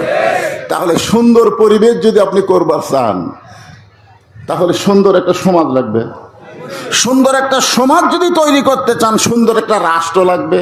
আর সুন্দর একটা রাষ্ট্র যদি বানাবার চান, তাহলে ডক্টর কামালের সংবিধান দিয়ে হবে না, আল্লাহর কোরআনের সংবিধান লাগবে। জোরে কোন কথা ঠিক কিনা? বর্তমান কেয়ারটেকার সরকারের যিনি প্রধান উপদেষ্টা, তিনি কিছুদিন আগে ডক্টর কামালের কাছে গেছিলেন। দেখেন না, ডক্টর কামালের কাছে গিয়ে বলছে, স্যার সংবিধানে কিছু রদবদল করা লাগবে, তো আপনার কাছে পরামর্শ চাই। শালা নাস্তিকের বাচ্চা গেছে কার কাছে? দেখছে, যতই তোমরা সংবিধান পরিবর্তন করো, নতুন করে সংবিধান রচনা করো, বাংলার 1 ইঞ্চি জায়গায় শান্তি আসবে না। ধরে কোন কথা ঠিক কিনা? শান্তির সওগাত হলো আল্লাহর কোরআন। ভাইজান, ওয়া আমিলুস সলিহাত, নেক আমল যদি আমরা করতে চাই ঈমান গ্রহণ করার পরে, পুরুষের জন্য 1 নম্বর হলো নামাজ। জোরে বলেন, নাম কি? 1 নম্বর হলো নামাজ। যার নামাজ নাই তার ঈমান লা সলাতা লা ঈমানা। যার নামাজ নাই তার ঈমান নাই। আপনারা কারা কারা ঈশার নামাজ না পড়ে ওয়াজ শুনতেছেন? হাত তুলবার বলতেছি। সবচাইতে বড় বিবেক, বড় আদালতের নাম হলো বিবেক। আপনি আপনার বিবেককে প্রশ্ন করেন, এশার নামাজ বাদ দিয়ে যারা ওয়াজ শুনতেছেন, ফজরের আগে যদি আপনারা মারা যান, দুনিয়ার কোন মাওলানা আপনার জানাজা পড়ালে আপনি জান্নাতে যাবেন? আর যদি এশার নামাজ পড়ার পরে ফজরের আগে আপনি মারা যান, কোন মানুষ যদি আপনার জানাজা না পড়ায়, এশার নামাজের ওসিলায় আল্লাহ আপনাকে জান্নাত দিয়ে দিবে। এই জন্যে ঈমানের পরে পুরুষ মানুষের জন্য 1 নম্বর হলো নামাজ। জোরে কেন? 1 নম্বর কি? আরো জোরে। 560টা মসজিদ বানাছে, মডেল মসজিদ, মুসল্লি নাই। গোটা মসজিদ মরুভূমির মধ্যে মতো মুসল্লি নাই। তুমি প্রধানমন্ত্রী মসজিদ বানানোর আগে, তুমি যখন ক্ষমতার চেয়ার পাইলা, তখন আল্লাহ আইন করে দিল। আল্লাহ বলতেছেন, অইম্মাক্কান্নাহুম ফিল আরদ, মুসলমানের মধ্যে কাউকে যখন ক্ষমতার চেয়ার দেওয়া হবে, তার 1 নম্বর দায়িত্ব হলো পদ্মা সেতু নির্মাণ করা। 1 নম্বর দায়িত্ব হলো বাল্য বিয়া বন্ধ করা। 1 নম্বর দায়িত্ব হলো মাদক মুক্ত সমাজ করা। 1 নম্বর দায়িত্ব হলো ফ্লাইওভার রাস্তা করা। এগুলো দায়িত্ব হবার পরে, তবে 1 নম্বর দায়িত্ব না। 1 নম্বর দায়িত্ব হলো আকামুস সালাত, নামাজ কায়েম করা। আপনারা অন্তর থেকে বলেন তো, যেই যুবকেরা 5 ওয়াক্ত নামাজ পড়বে, এরা কোনোদিন আর্জেন্টিনার সাপোর্টার হবে? এরা কোনোদিন মেসির জার্সি পরবে? যে শালারা আর্জেন্টিনার মেসি আর ব্রাজিলের নাইমার করে, খুঁজলে দেখবেন এরা নামাজই পড়ে না। হয়তো জুমার নামাজ পড়ে, সবার শেষে যায়, আগে বার হয়। জোরে কোন কথা ঠিক কি না? আপনারা বলেন তো, 5 ওয়াক্ত নামাজ বাদ দেয় কেউ যদি শুধু জুম্মার নামাজ পড়ে, ওই জান্নাত পাবি? 5 ওয়াক্ত পড়ে, খালি জুম্মা পড়ে। লা তাকনাতু মির রাহমাতিল্লাহ, আল্লাহ রহমত থেকে নিরাশ হওয়া যাবে না। হাসরের ময়দানে আল্লাহ দয়া করে বলতেছে, যারা 5 ওয়াক্ত বাদ দিয়ে খালি জুম্মা পড়ছো, আমি আল্লাহ তাদের জান্নাত দিয়ে দিলাম, যাও। এই কথা শুনে জুম্মা পার্টিরা মারবে দৌড়। তখন আমরা 5 ওয়াক্ত চিন্তা করবো, কে রে, আমরা 5 ওয়াক্ত পড়ছি, আমার করে আল্লাহ জান্নাতের কথা না বলে ওই শালা করে আগে জান্নাত দিল। তার মানে ওরা এক দৌড়ে জান্নাতের কাছে যাবে, যাই দেখবে জান্নাতের দরজার বিশাল একটা তালা, বলবে আল্লাহ আপনি হয়তো জান্নাত দিলেন, কিন্তু দরজার যে তালা, আল্লাহ বলবে তোদের কাছে চাবি আছে, খুঁজে দেখ। ওরা পকেট হাতায় দেখবে একটা চাবি আছে, চাবি তালার মধ্যে ঢোকে কিন্তু ঘোরে না। আল্লাহ তালার মধ্যে চাবি ঢুকলো, কিন্তু আমাদের চাবি তো ঘোরে না। আল্লাহ বলতেছে তালার মধ্যে 5টা দাগ আছে, তোদের চাবির মধ্যেও 5টা দাগ থাকা লাগবে। এখন বাড়ি করে দেখো দাগ আছে কিনা। ওরা কয় না আল্লাহ আমাদের চাবি তেল ফেলা। আল্লাহ কয় পাগলা, ওই 5টা দাগ হলো 5 ওয়াক্ত নামাজ। 5 ওয়াক্ত নামাজ যাদের নাই তারা জান্নাত দেখতে পাবে কিন্তু ভিতরে ঢুকতে পারবে। এই জন্য ইমানের পরে 1 নম্বর হলো নামাজ। যুবকেরা যাই করো করো, 5 ওয়াক্ত নামাজ ধরো। ইন্নাস সালাতা তানহা আনিল ফাহশাই ওয়াল মুনকার। একমাত্র নামাজই পারবে যুবকদেরকে মোবাইলের খারাপ কিছু থেকে বিরত রাখতে। জোরে বলেন কথা ঠিক কিনা? যেই যুবক 5 ওয়াক্ত নামাজ পড়ে সে কোনোদিন জুয়া খেলবে না, সে কোনোদিন ফ্রি ফায়ার খেলবে না, সে কোনোদিন অশ্লীল ছবি দেখবে না, কারণ নামাজই তাকে সমস্ত ফাহিশা কাজ থেকে বাঁচাই দিবে। জোরে কোন কথা ঠিক কিনা? তাহলে সূরা আসরের 2 নম্বর বিষয় হলো ওয়া আমিলুস সালিহাত। পুরুষ মানুষের জন্য 1 নম্বর হলো নামাজ। আপনারা অনেকেই চিন্তা করেন হুজুর পুরুষের জন্য যদি 1 নম্বর নামাজ হয় তাহলে নারীদের জন্য কি? নারীদের জন্য কিন্তু 1 নম্বর নামাজ না, নারীদের জন্য 1 নম্বর হলো পর্দা। জোরে কার নাম কি? পর্দা। যে নারীর পর্দা নাই আর কোন ইবাদত কবুল হবে? আপনার এলাকার পর্দার খবর কি? পর্দা ও জানলা দরজার পর্দা আছে, ধুলাবালি যেন না ঢোকে ঘরের ভিতরে। শোনেন, আমার মা বোনের অবশ্যই আছে, আসে নাই? আমার আগে আমার জামাই কি মা বোনের ওয়াজ করছে? ও করেনি। মুরব্বী মুরব্বী বসেন বাবা, বসেন বসেন বসেন বসেন। আপনারা বলেন তো, মায়েরা যদি ভালো হয়ে যায়, সে মায়ের পেট থেকে যে সন্তান জন্ম নিবে এই সন্তান কেমন হবে? বর্তমান জেনারেশনের যুবকদেরকে বুঝানো লাগতেছে, ভাই মানুষের আইন মানিস না রে, মানুষের দল করিস না রে, কোরআনের আন্দোলন করতে হবে। কিন্তু মা যদি ভালো হয়, প্রত্যেকটা সন্তান যেগুলো জন্ম নেবে, জন্ম নেওয়ার পরই এরা ইসলামী আন্দোলনের কর্মী হবে। জোরে কোন কথা ঠিক কিনা? আমরা মরদ যতই ভালো হই, মা যদি ভালো না হয় কোন লাভ নেই। বাবা আনন্দে মাতিয়া সাগরে ভাসাইয়া সেই যে চইলা যায় খবর লয় না, মাজন ধরিয়ায় উদরে কতই কষ্ট করে, 10 মাস পরে পায় প্রসবের বেদনা, এমন দরদি ভবে কেউ হবে না আমার মা, মা গো। ইমাম গাজ্জালী রহমতুল্লাহ আলাইহি বলেন, কোন মেয়ে মানুষের পেটে যখন বাচ্চা আসে তখন আল্লাহ তাআলা ওই মেয়ের জন্য মাসিক ব্যারাম বন্ধ করে দেয়। যেরকম কি ব্যারাম? মাসিক ভোজন আপনারা মেয়েরা বুঝতেছে। এই মাসিক ব্যারাম যখন শুরু হয় তখন নামাজ পড়া, রোজা রাখা, সন্তান পেটে আসার সঙ্গে সঙ্গে এই মাসিক বন্ধ করার কারণ হলো সন্তান পেটে যখন থাকবে মায়ের ইবাদতের যেন কমতি না হয়, কারণ মায়ের ইবাদতের সাথে সন্তানের সম্পর্ক আল্লাহ করে দেয়। সন্তান পেটে নিয়ে মা যখন সেজদায় যায়, পেটের মধ্যে সন্তান যখন একটু দোমড় খায়, ফেরেশতা বলে আল্লাহ দেখো তোমার বান্দি রুকুর থেকে সেজদা গেল, পেটের মধ্যে বাচ্চা যে চ্যাপটা হলো। আল্লাহ বলে ফেরেশতা সাক্ষী থাক, যেই মা পেটে বাচ্চা নিয়ে নামাজ পড়তেছে ও মা শুধু একা নামাজ পড়তেছে না, পেটের বাচ্চাকেও নামাজি বানায়া দিচ্ছে। জোরে কোন সুবহানাল্লাহ। আমার এলাকার এক ছেলে আমাকে কয়, হুজুর 11 মাস আমার খিদা কম, কিন্তু রোজার মাসে খিদা বেশি, কারণ কি? আমি বললাম তোর মা বাচ্চা আছে? কয় আছে। মাও দেখো। কয় কেন হুজুর? দেখো। ও মাকে গিয়ে বলতেছে, মা 11 মাস আমার খিদা কম, রমজান মাসে এত খিদা লাগে কেন? মা বলতেছে, তুই যখন আমার পেটে ছিলি তোর দাদি জোর করে আমাকে রোজা থাকবার দেয়নি, আমি রোজা থাকলে নাকি তুই পেটের মধ্যে শুকে যাবি, এই জন্য রমজান মাসে আমিও খাসি, পেটের মধ্যে তুইও খাসি। তুই দুনিয়াতে বাড়ানোর আগেই রমজান মাসে তোর খাওয়ার অভ্যাস আছে শয়তান, এখন আর তুই রোজা থাকতে পারবি না। এই জন্য একজন খ্রিস্টান বলেছে, ভালো একটা সন্তান চাইলে ভালো একটা মায়ের দরকার। জোরে কোন কথা ঠিক কিনা? আজকে আমরা সেই মা আছে কিনা? একটু মনোযোগ দিয়ে শুনবেন। পুরুষের জন্য 1 নম্বর হলো নামাজ, ওয়া আমিলুস সালিহার উপর ওয়াজ করতেছি। আর নারীদের জন্য 1 নম্বর হলো পর্দা। আল্লাহ রাসূল গভীর রাত্রে ঘুমায় আছে, এমন সময় খাদিজাতুল কুবরা নবীর হাত ধরে কাঁদতেছে। নবী ঘুম থেকে চেতন পায়, বলে খাদিজা কান্দার কারণ কি? বলে হুজুর যে কোনো সময় আমার মৃত্যু হবে, হুজুর আমি মরে যাব, আপনি কি বলবেন না মরার পরে আমার খবর কি? রাসূল বললেন, খাদিজা এই দুনিয়াতে 10 জন পুরুষকে আল্লাহ জান্নাতের সার্টিফিকেট দিয়েছে, আবার 10 জন নারীকেও আল্লাহ জান্নাতের সার্টিফিকেট দিয়েছে।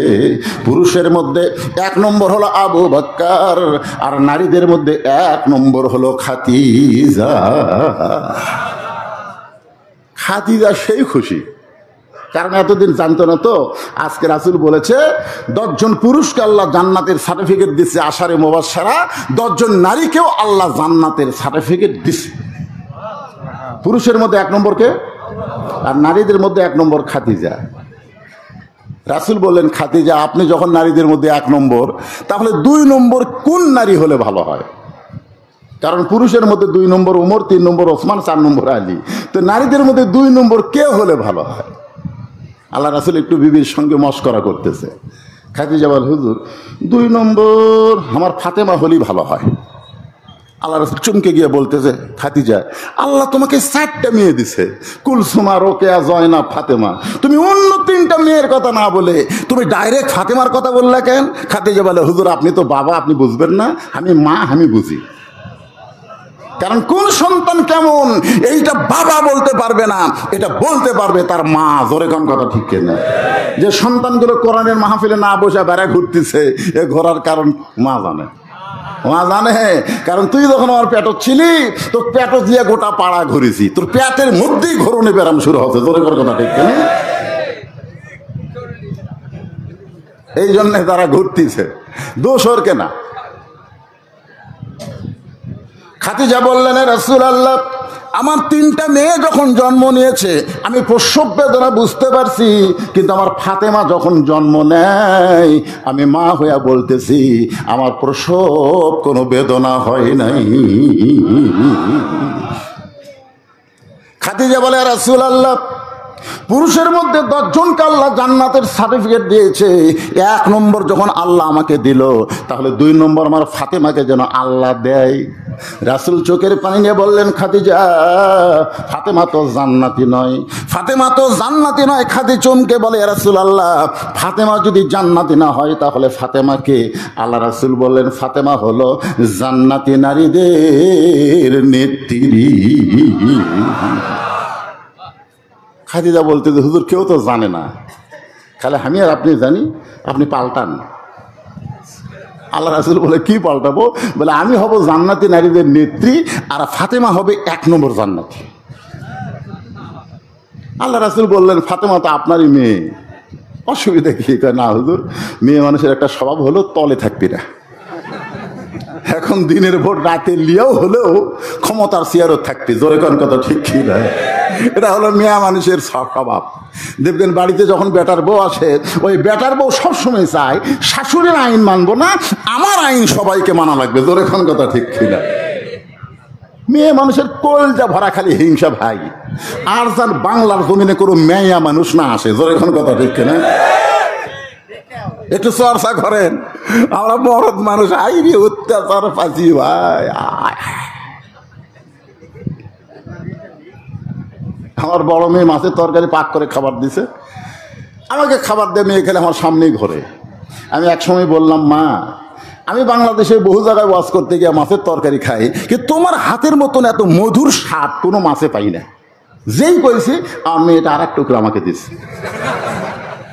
আমি তাকায় দিকে আমার বউ খালি গাল ফুলে বসে আছে। আমি বললাম, কে গো তোমার কি হলো? বলে, খালি মেয়ের হাতে স্বাদ হয়, মেয়ের বাড়িতে যান, আমার আর খাওয়া লাগবে না। আমি বললাম, কি জাত রে?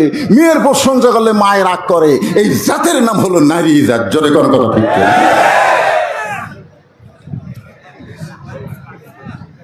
আল্লাহ রাসূল বললেন, খাদিজা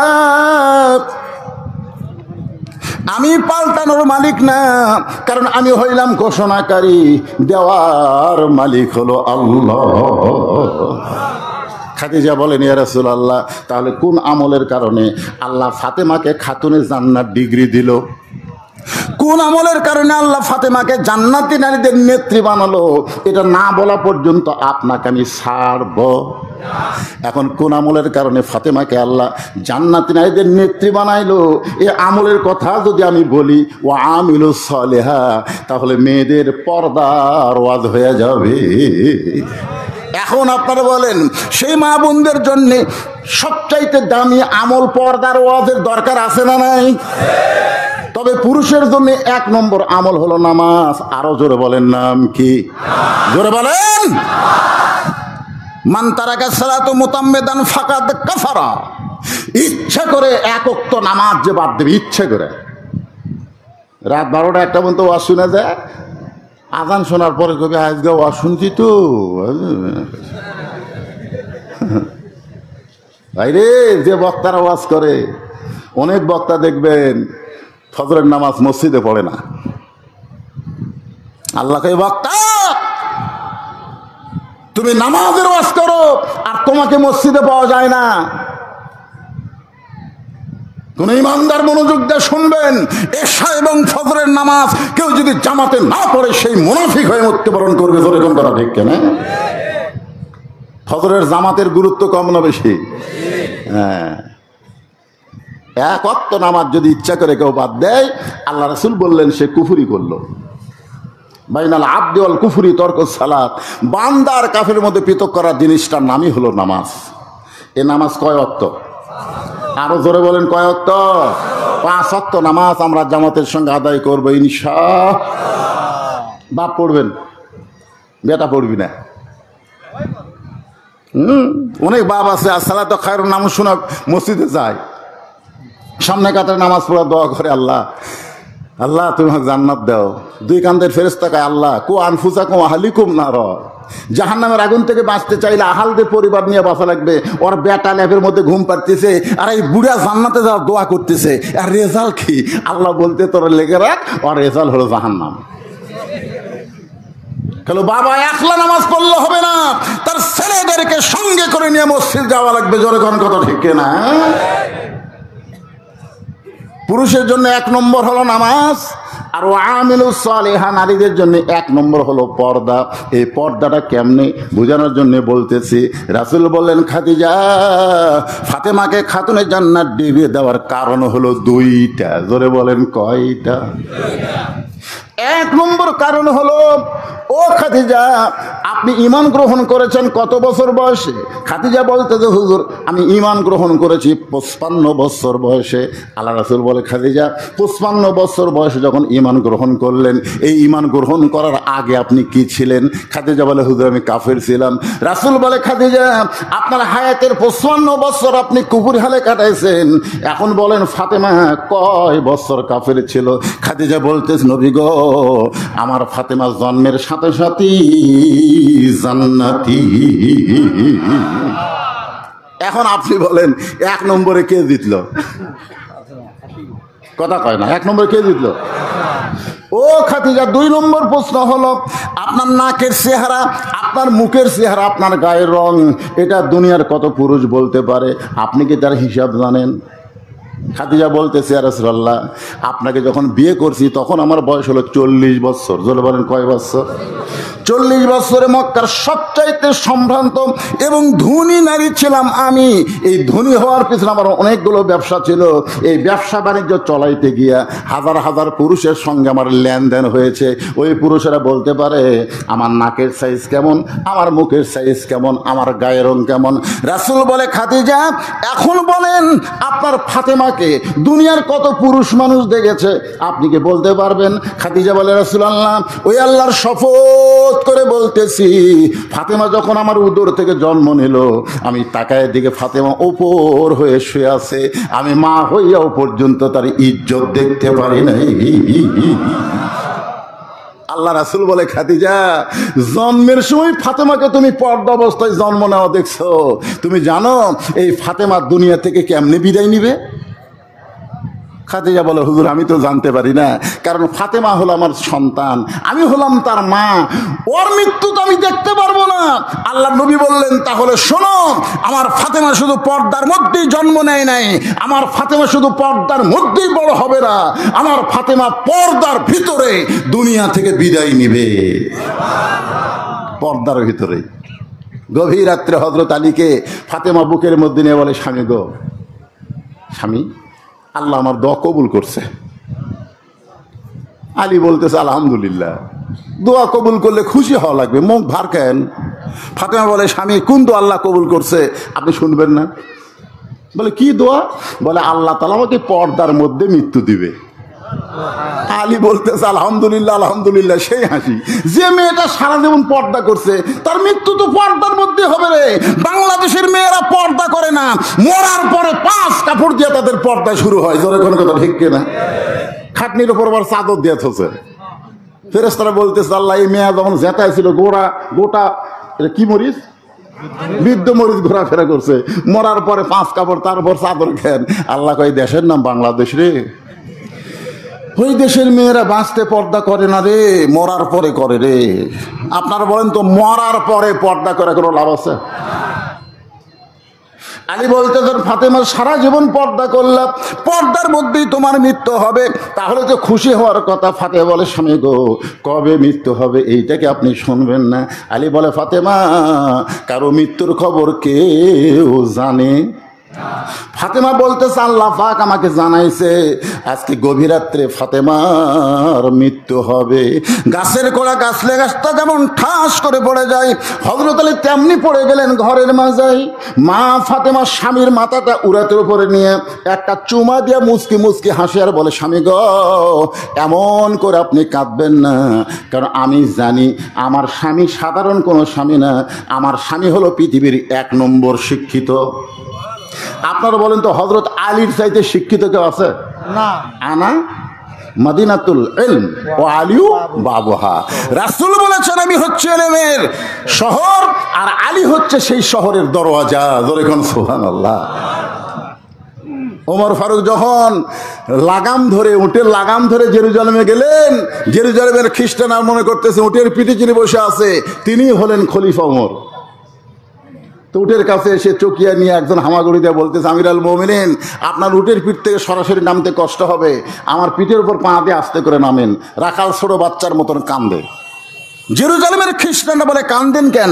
আমাদের আভ্যন্তরের মধ্যে কোনো বেয়াদবি আছে? বলে, বেয়াদবি না, তোমরা যাকে উমর মনে করে সম্মান করতেছ, আমি তো উমরই না, যিনি রশি ধরে জমিনে দাঁড়ায় আছে তিনি হলেন খলিফা ওমর। খ্রিস্টানরা বলে, ইসলাম যদি এমন হয় তাহলে আর আমরা খ্রিস্টান থাকবো না, আমরা সব মুসলমান হয়ে যাবো। ধরে কেন সুবহানাল্লাহ। সব খ্রিস্টান মুসলমান হচ্ছে, কিন্তু একটা পাদ্রী ওর কাছে যখন খবর গেছে যে খ্রিস্টানরা উমরের আদর্শ দেখাইছে মুসলমান, পাদ্রী এসে উমরকে বলতেছে, উমর আমিও কলমা পড়ে মুসলমান হব। উমর ফারুক বলে, ঠিক আছে কলমা পড়েন। বলে, না, কলমা পড়ার আগে তোমাকে 4টা প্রশ্ন করব, উত্তর দিবার পারলে মুসলমান।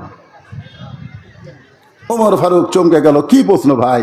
বলে, 1 নম্বর প্রশ্ন হলো, একই সঙ্গে 2 ভাই জন্মগ্রহণ করছে, আবার বহু বছর পর একই সঙ্গে 2 ভাই মৃত্যুবরণ করছে, এক ভাইয়ের চাইতে 100 বছরের বড়।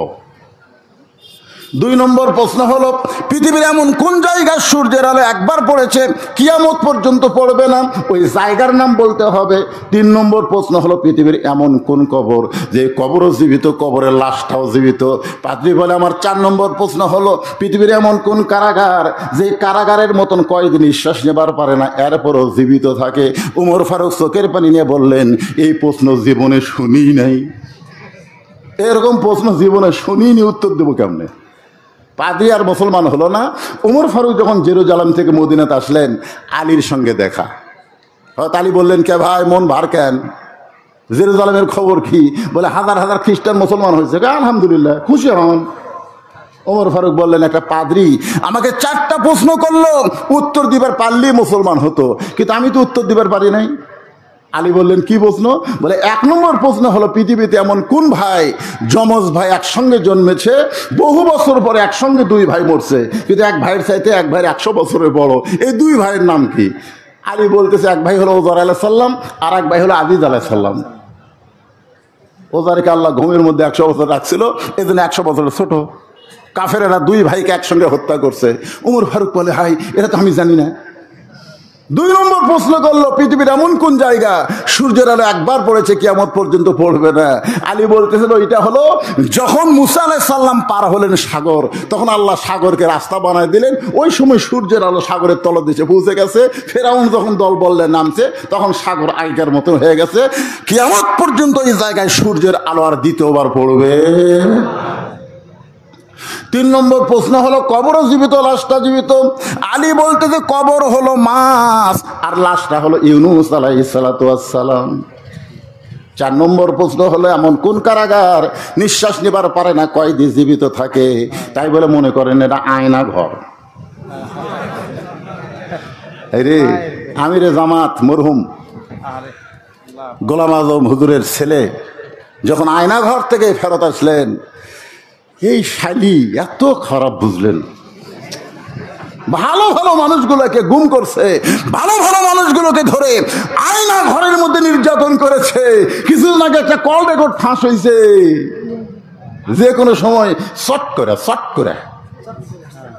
করে ঢুকতে পারে।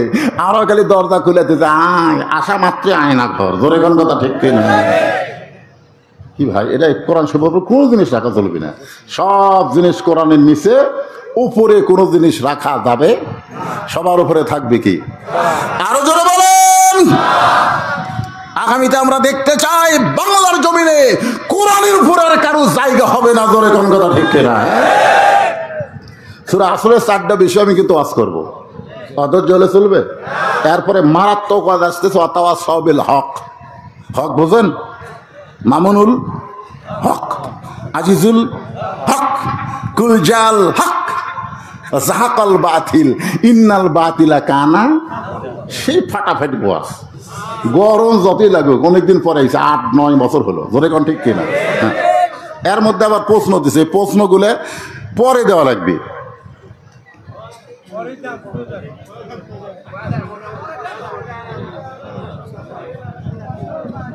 আচ্ছা, টোপলা নিয়ে মসজিদে থাকে এবং নাম দেয় তাবলিগ, এটা করা জায়েজ কিনা? জোহরের নামাজ আদায় করে সবাই চলে গেছে, ওরা 3 জন 4 ফ্যান দিয়ে গল্প করতেছে। 3 জন কয় ফ্যান?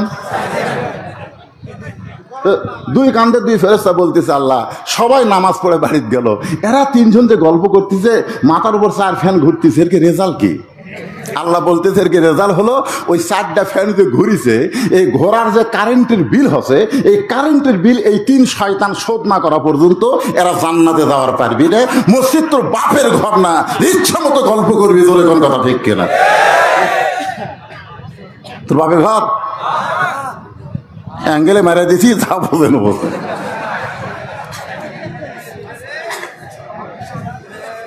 আল্লাহ। আসসালামু আলাইকুম দাদা, আমি আপনার প্রিয় ভক্ত। আমার প্রশ্ন, আপনার ওয়াজে এই যে 17 রাকাত নামাজ নবীর উম্মতের জন্য আল্লাহ তাআলা দিয়ে দিল, এখন এই 17 রাকাত নামাজ কোন নবীর কয় রাকাত করে নামাজ ছিল, এটা আমার জানার আগ্রহ। ঠিক আছে, নামাজের উপরে ওয়াজ হচ্ছে। জোরে কোন কথা ঠিক কিনা? নামাজের উপর হচ্ছে না? পুরুষের নামাজ, মেয়ে মানুষের কি? এইখানে এই 2টা জিনিস খেয়াল থাকবেন। মরদ মানুষের 1 নম্বর নেক আমল হলো নামাজ, আর নারীদের জন্য 1 নম্বর নেক আমল হলো পর।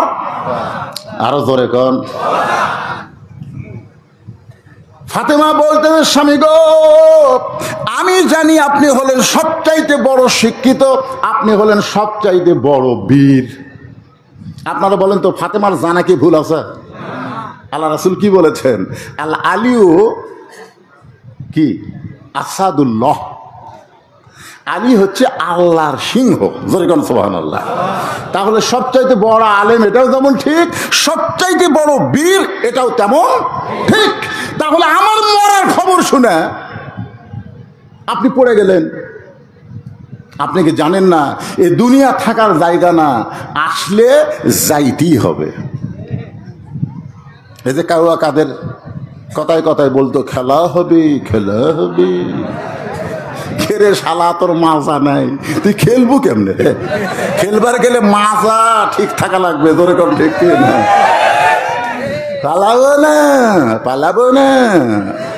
যদি যাই ফকরুলের বাড়ি যাব শালা। কারণ আল্লাহর ওলি 50 বছর যিনি কোরআনের তাফসীর করেছেন তিনি বলেছেন এমন একটা সময় আসবে দাদা বাড়িতে গিয়ে পড়বা, পালানোর কোন ইন্দুরের গর্ত খুঁজে পাবা না। ধরে কোন কথা ঠিক না? খেলা হবি, মাজা নাই, শুরু এবার খেলবি। কি অহংকার! আসলে যাইতে হবে ভাই, যান। সবাই বলেন আসলে কোথায় যাবেন?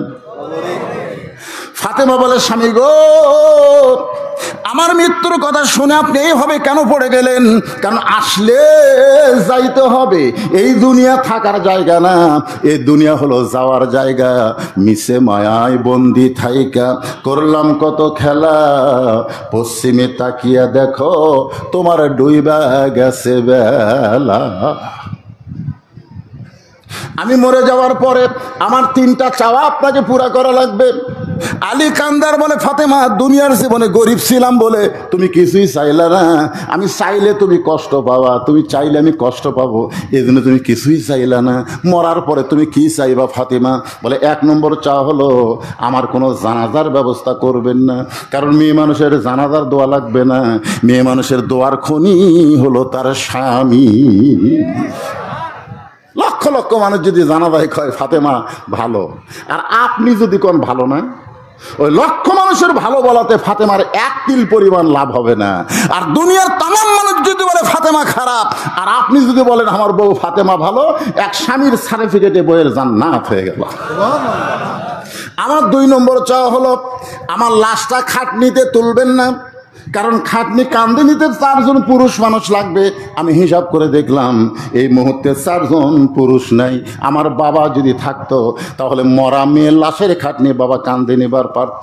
আমার হাসান হোসেন যদি বড় হইতো মায়ের লাশের খাটনি কান্দে নিবার পারত। ওগো স্বামী, আমার হাসান হোসেন এত ছোট, আর 6 মাস আগে বাবা দুনিয়া থেকে চলে গেছে। আপনি শুধু আমার লাশটা কান্দে করে নিয়ে জান্নাতুল বাকির সবুজ রঙের একটা বাতি জ্বলতেছে, ওই বাতি বরাবর আমাকে দাফন করবেন। আমার কবরের খবর যেন দুনিয়ার কেউ না জানে, এই জন্য রাতের বেলায় আপনি ফাতেমাকে দাফন করবেন। গভীর রাতে হযরত আলী ফাতেমাকে দাফন করার পরে আল্লাহকে বলতেছে, আল্লাহ, আমার বিবি ফাতেমা হলো পর্দানিশী, তুমি তাকে কবুল করে নাও। এ দোয়া করার পরে তাকায় দেখে সামনে কয়েকটা পুরাতন কবর দেখা যায়। এই মাত্র ফাতেমার কবর দিল, সেই নতুন কবর আর আলীর সামনে নেই। গোটা জান্নাতুল বাকি দৌড়ায় বলে ফাতেমার কবর, ফাতেমার কবর। কে যেন ডাক দেবে, আলী রে, ফাতেমা হলো পর্দানিশী, আমি আল্লাহ জোহরা ডিগ্রি দিয়া তার কবরটাকেও পর্দা করে দিয়েছি। আমার মায়েরা যারা পর্দার অন্তরালে বসে আছেন, এই যে ওয়াজ আপনাদের শোনালাম, 1 নম্বর নেক আমল হলো পর্দা। আর মরদ মানুষের 1 নম্বর নেক আমল কি? নামাজ। এটা মনে রাখবেন, নামাজ যদি না থাকে লা সালাত আলা দীনা, যার নামাজ নাই তার ধর্মই নেই। এখন এশার নামাজ কারা কারা পড়ছেন আমি জানি না, কিন্তু এই নামাজের ওয়াজ শোনার পরে ফজরের নামাজ কারা কারা পড়বেন না তারা একটু হাত তোলেন। না না না, আমি কিন্তু বলছি যারা পড়বেন না তারা হাত তোলেন। তার মানে বোঝা গেল হাজার হাজার মানুষের মধ্যে কেউ হাত তোলেনি, সবাই ফজরের নামাজ পড়বে ইনশাআল্লাহ। এখন 3 নম্বর আলোচনা, ওয়াতাওয়াসাউ বিল হক। মনোযোগ দিয়ে শুনবেন, হক কথা। যেরকম কি কথা? আরো জোরে বলেন। অনেক লম্বা সময় আমরা হক কথা বলিনি। দোয়া করবার যা বলছি, রব্বানা আতিনা ফিদ দুনিয়া হাসিনা ওয়া ফিল আখিরাতি হাসানা। কারণ হাসানার জায়গা ভয়ের ঠালায় আমরা হাসি না করছি। জোরে কোন কথা ঠিক কিনা? হক কথা তো দূরের কথা, ওয়াজ করবার আসলে আগেই একজন নেতা কানে কানে বলতে, হুজুর এরা কিন্তু অমুকের এলাকা, এটা অমুকের এলাকা। একজনের নাম ধরে বলতো তারই এলাকা, সিরাজগঞ্জ এলাকায় এ নাসিমের এলাকা, ওটার দিকে পাবনা গেলে টুকুর এলাকা। কেউ সব এলাকা তোরাই যদি ভাগ করে লেস, আল্লাহর আল্লাহটা দেখবার গেলে 2 মিনিট হাঁটা লাগবে হুজুর, 2 মিনিট হাঁটা লাগবে। তো সজাই মসজিদের সামনে গিয়ে বলতে, হুজুর আমাদের গ্রামে আল্লাহর কিছুই ছিল না হুজুর, কিন্তু আমার চাচা দয়া করে আল্লাহকে 10 শতক দান করছে, আর আমরা টাকা দিয়ে আল্লাহ ঘর বেড়া দিছি। ফেরেশতাকে আল্লাহ দেশের নাম কি? ওর চাচা জায়গা দিলে তোমার জায়গা হয়, আর এরা টাকাতে ঘর বেড়ে দেয়, এই দেশের নাম কি? আল্লাহ বলে ওইটাই তো ফেরাউনের বাংলাদেশ, ওইটাই তো হাসিনা ফেরাউনের বাংলাদেশ। জোরে বলেন কথা ঠিক কি না? যেই দেশে বক্তারা কোরআনের হক কথাগুলো বলতে পারে নাই, জোরে কোন কথা ঠিক কি না? ওয়াজ করবার আগে তাকান লাগে, তাকান তাকে দেখে পুলিশের গাড়ি আছে, র্যাবের গাড়ি আছে, স্টেজের উপরে কতগুলা ক্যাডার বসে আছে, ক্যাডার খালি গল ফুলে সালারা থাকে। তখন বক্তা চিন্তা করতেছে, বাবা এই বৃদ্ধ মরিচ ওয়াজ করে আমাকে বাড়ির যাওয়া লাগবে রে, যদি হক কথা বলি তুই পুলিশ আমাকে ধরবি রে। আল্লাহ কয় পুলিশের ধরার চিন্তায় তুই হক কথা বাদ দিল, তোকে আমি মহিষ লুটি পার হবার দেবো না, আজরাইল তোকে ধরবি। জোরে কোন কথা ঠিক কিনা? কাউসারি সাহেব বাড়ির থেকে বলে গেছিল আসতেছি রাত 2টার সময়। আমার মা অনেক সময় বলতো, ভাই আপনি অ্যাঙ্গেলে যেগুলো ওয়াজ করেন পুলিশ কিন্তু আপনাকে ধরতে পারে। আমি বললাম, ভাইজান ধরলে কি সমস্যা, কতবার ধরা খাচ্ছি। আহারে আমার কাউসারি ভাইকে পুলিশ ধরেনি রে, আজরাইল ধরছে। জোরে কোন কথা ঠিক কিনা? হক কথা বলতে গেলে কার ধরা খেয়াল করা লাগবে, পুলিশের ধরা না আজরাইলের ধরা? আরো জোরে বলেন কার ধরা? আল্লাহ বলেছেন আজরাইলকে যদি ধরা দেবার চাও তাহলে তোমরা খেয়াল করবে, ইয়া আইয়ুহাল্লাযীনা আমানুত্তাকুল্লাহা হাক্কা তুকাতিহি ওয়া লা তামুতুন্না ইল্লা ওয়া আনতুম মুসলিমুন। আমি কিন্তু হক কথা বলতেছি, ওয়াতাওয়াসাউ বিল হক, হকের ওয়াজ করতে হবে, হক কথা মানুষের সামনে বলতে হবে। এখন হক কথা বলবার গেলে আপনার কি হবে ওই চিন্তা আপনার করা লাগবে না, আপনার চিন্তা করবে আমার আল্লাহ। জোরে কোন কথা ঠিক কি না? এই জন্য আল্লাহ বললেন ওয়া আলা রাব্বিহিম ইয়াতাওয়াক্কালুন। আরো জোরে কোন আল্লাহু আকবার। আমি আপনার হেফাজতের দায়িত্ব কার হাতে? না অন্য কাউকে দিয়েছেন? হ্যাঁ, খুব মনোযোগ দিয়ে শুনবেন।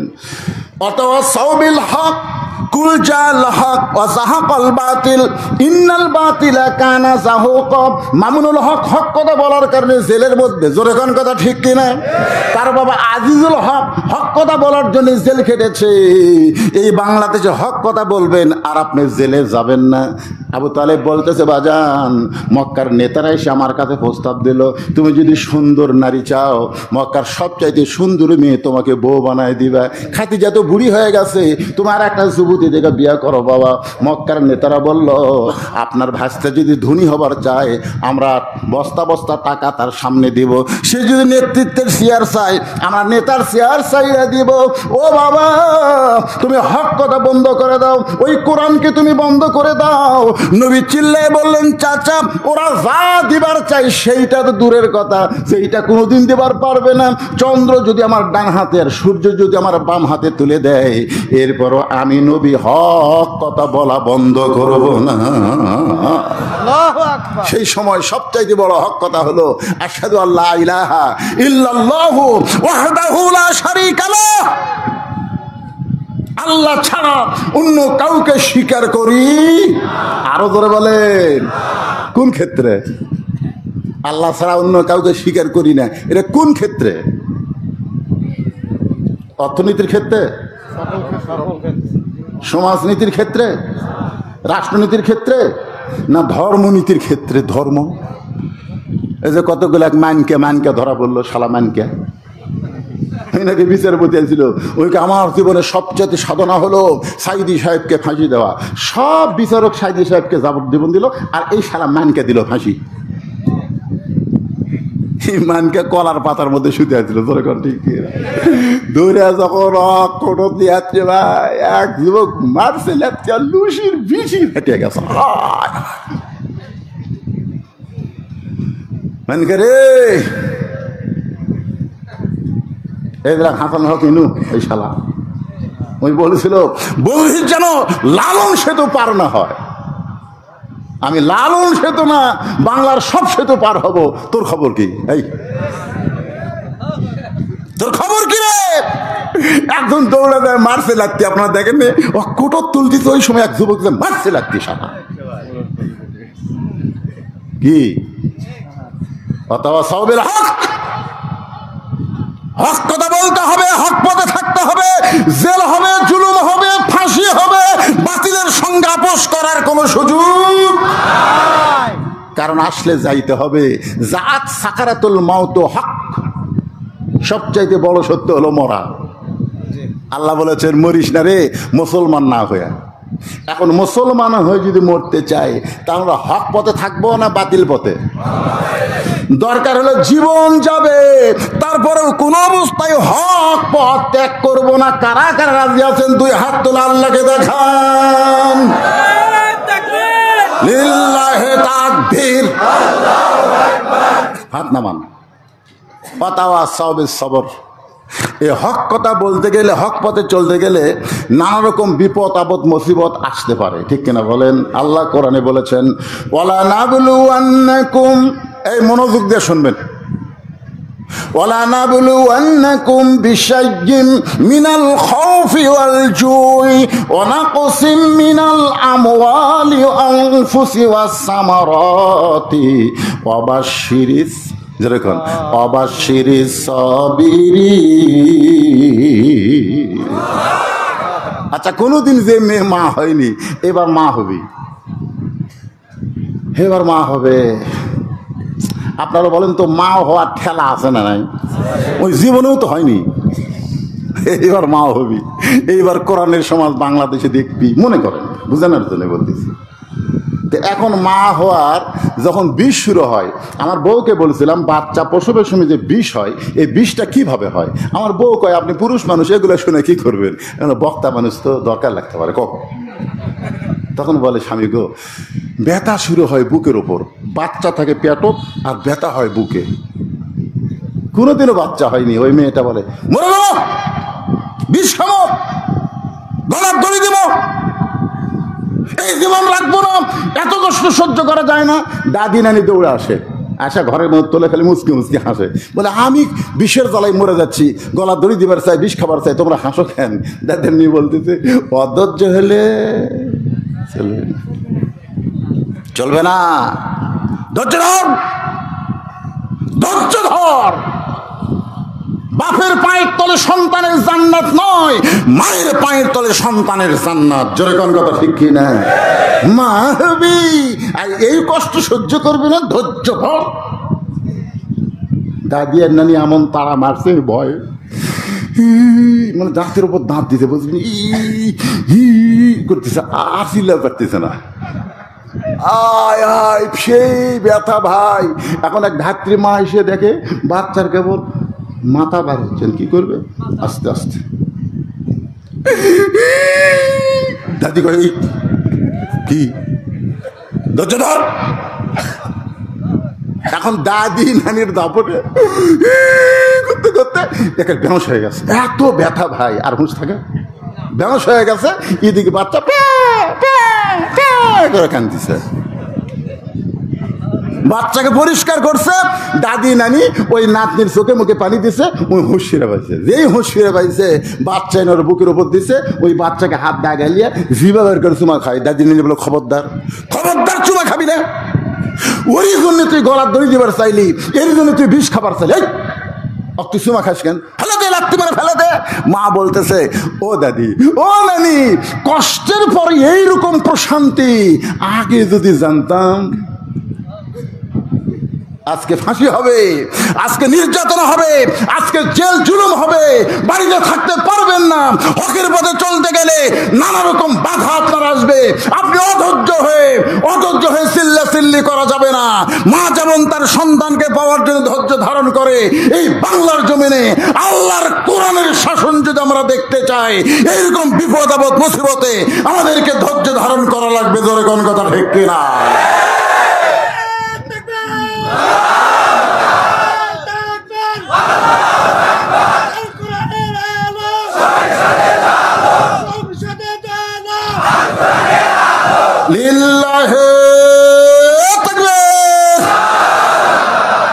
একটু ধৈর্যের দরকার আছে না নাই?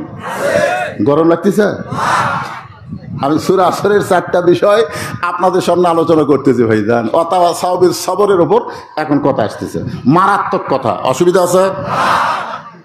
হ্যাঁ, একটু ধৈর্য নিয়ে শোনা লাগবে। আপনারা তো অবশ্যই জানেন, পরে যে প্রশ্ন তার উত্তর দিছি আমি, দেখি ওই যে নামাজ, ও না না, ওটা নামাজ না, এটা নামাজ না তো, ও 17 রাকাত নামাজ। ঠিক আছে, এই 17 রাকাত নামাজের ওয়াজ আমি করছি। আপনারা ইউটিউবে সার্চ দেওয়ার সময় বলবেন যে মৌলানা বজলুর রশিদের 5 ওয়াক্ত নামাজের আলোচনা, শোনেননি? হ্যাঁ, প্রথম 2 রাকাত নামাজ আদম আলাইহিস সালামের কাছ থেকে আমরা পাইছি। কার কাছ থেকে? এই দুটো ওঠে কারে?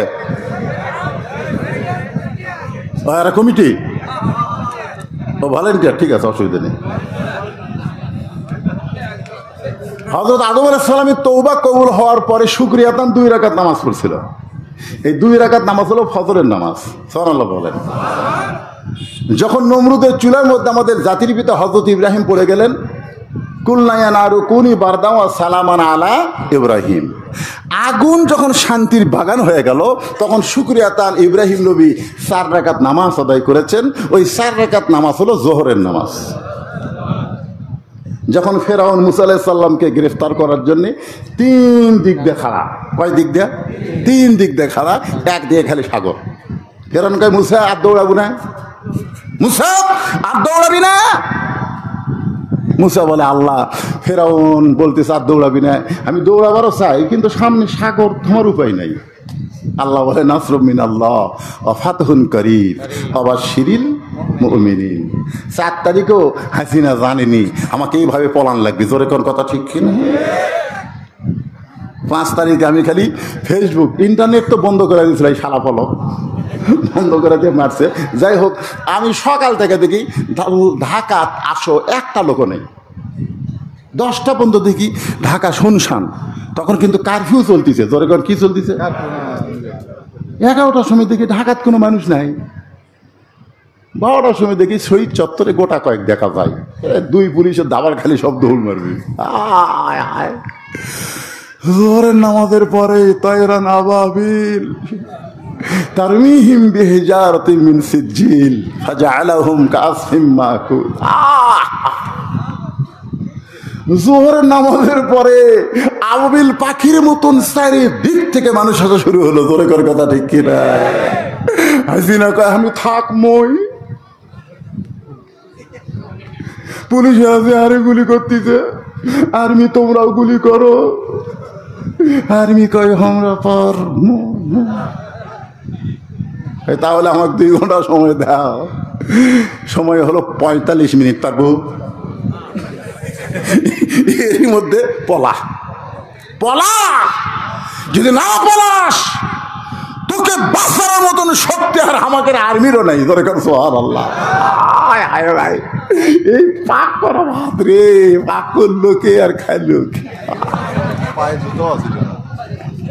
সারা জীবন চামচারা শুনেছে, তাহাজ্জুদের নামাজ পড়ছে, কোরআন শরীফ পড়ছে, অথচ গণভবন গোটা তন্ন তন্ন করে খুঁজে একটা জায়নামাজও পাওয়া যায়নি, একটা কোরআন শরীফও পাওয়া যায়নি। জোরে কোন কথা ঠিক না? বিনিময়ে একটা মদের বোতল পাওয়া গেছে, মদের বোতল। মদ পান করে আর কই আমাক নামাই কে, তোক নামাই কে? তো ইজ্জুমান তাশা আমরা পড়েছি কোরআনে, তো ইজ্জুমান তাশা ওয়া তুযিল্লু মান তাশা বিয়াদিকাল খায়র ওয়া হুয়া আলা কুল্লি শাইইন কাদির। আমি অতা সবের উপরে খুব ডাইরেক্ট দামি একটা আলোচনা করবো, আপনারা শুনবেন? কারা কারা শুনবেন? 10 মিনিট লাগবে। কারা কারা শুনবেন একটু হাত তুলুন তো দেখি। আল্লাহু আকবার। হাত নামান। এই আলোচনা শোনার আগে ভাইজান আর একটা হক কাজ আপনাদের করা লাগবে। এই নুরানি মাদ্রাসার জন্য আপনাদের কাছে ব্যাগ যাবে, ব্যাগের আদায় হচ্ছে, ব্যাগও শেষ।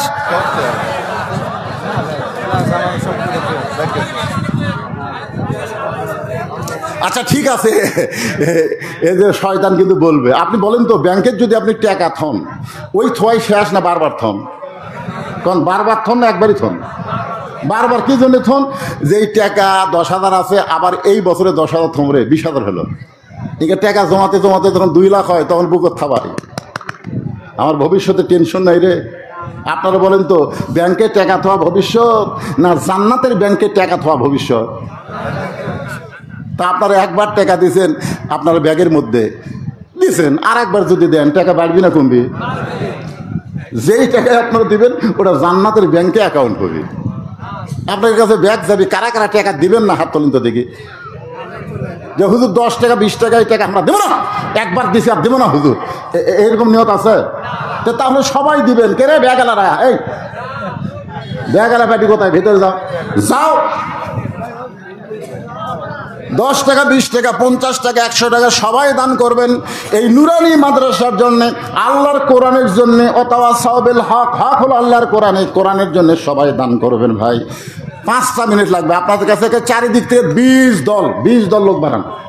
যাও যাও ভিতরে ঢোকো, বিসমিল্লাহ করে ঢোকো, দেন পকেটে হাত দেন। দিচ্ছেন তো কি আছে রে? ব্যাংকে যদি বারবার টাকা রাখতে পারেন, এই উঠলো কয়টা প্যারালাইসিস হবে কিন্তু না, ওটা চলবে না। আপনারা উঠবেন কেন? হ্যাঁ, মহিলাদের কাছেও আমার মা বোনেরা যারা আদায় করতেছেন, আপনারা মা বোনদের কাছে হাত বাড়ান।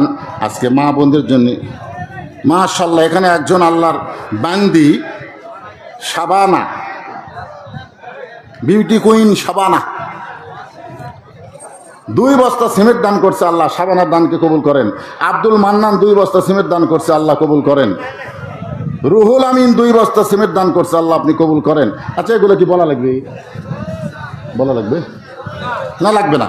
এই স্লিপের মধ্যে অনেকেই বাকি দান করছে। আল্লাহ সকলের দানকে কবুল করুক। জোরে কান আল্লাহুম্মা আমিন। ভাইজান ওঠেন না, ভাই ওঠেন না। সূরা আসরের 4টা বিষয় আপনাদের সামনে আলোচনা হচ্ছে। 1 নম্বর হলো ঈমান। জোরে কান 1 নম্বর কি?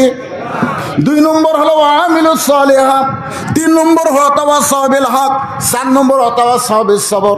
আমি কিন্তু গরমের দিকে খেয়াল করে লম্বা কোনো আলোচনা করিনি, শর্টকাট করে আলোচনা করতেছি। তাও বিরক্ত হলেন? এই টাকা তুলবেন? এই রে টাকা দিবি না রে। আল্লাহ কোরআনে বলেছেন আমওয়ালুকুম ওয়া আনফুসুকুম, আগে তোমাদের মাল দেওয়া লাগবে, তারপরে জান দেওয়া লাগবে।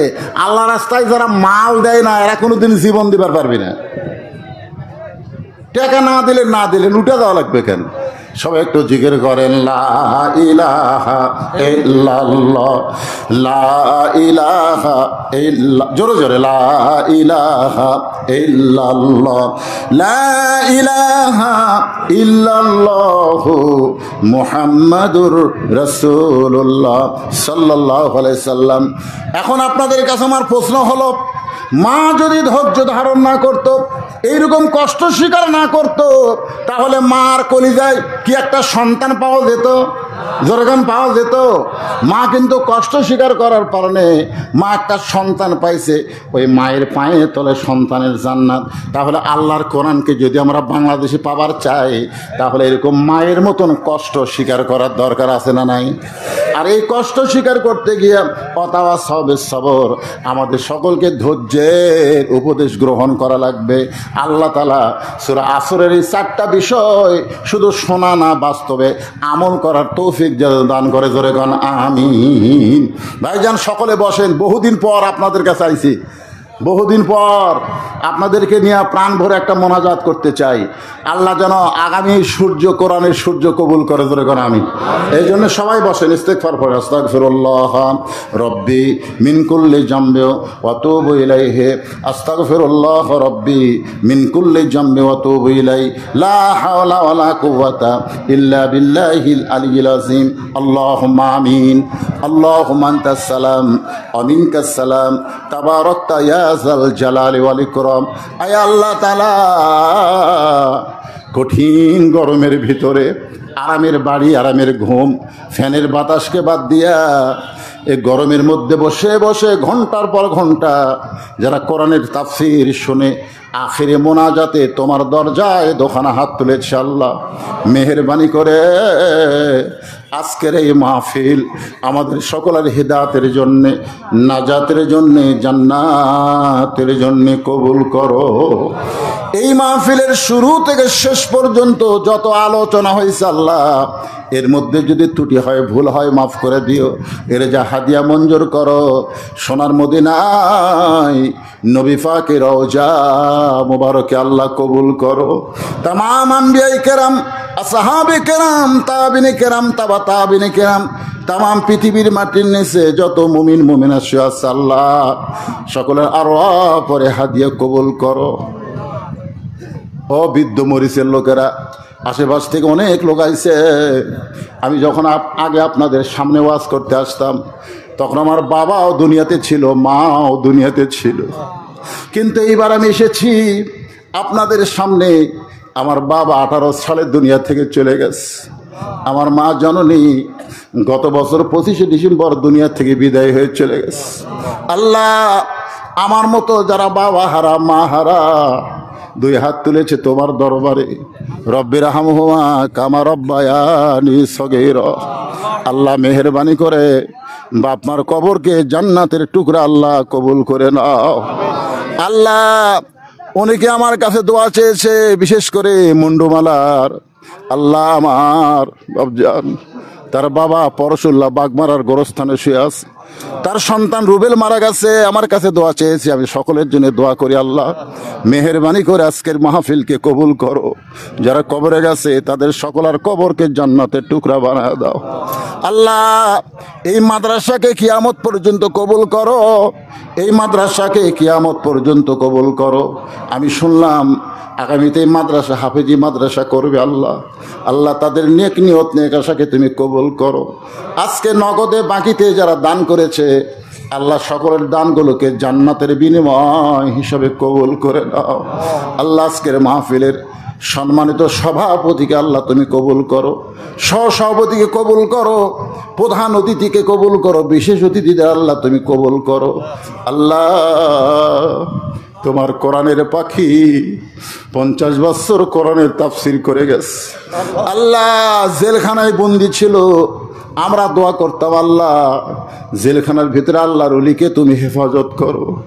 আমাদের দোয়ার কারণে হুজুর যখন দিন দিন সুস্থের দিকে যায়, এমন সময় বাতিল শক্তি হুজুরকে ওই জেলখানা থেকে হাসপাতালে নিয়ে গিয়া দুনিয়া থেকে তাকে বিদায় করে দিল। আল্লাহ, আল্লাহর ওলিকে শাহাদাতের মর্যাদা দিয়ে দাও। এছাড়াও যাদেরকে অন্যায়ভাবে ফাঁসি দেওয়া হয়েছে, আল্লাহ যাদের উপরে নির্যাতন করে দুনিয়া থেকে চলে গেছে, বিশেষ করে এই 5ই আগস্ট নতুন স্বাধীনতা পেয়েছি, এই স্বাধীনতার জন্য আবু সাইদ সহ যারা যুবকেরা, জনতা হাজার হাজার, আজকে আমি দেখলাম 1400-র উপরে শহীদ হয়ে গেছে, 22,000-এর মতন তারা আহত।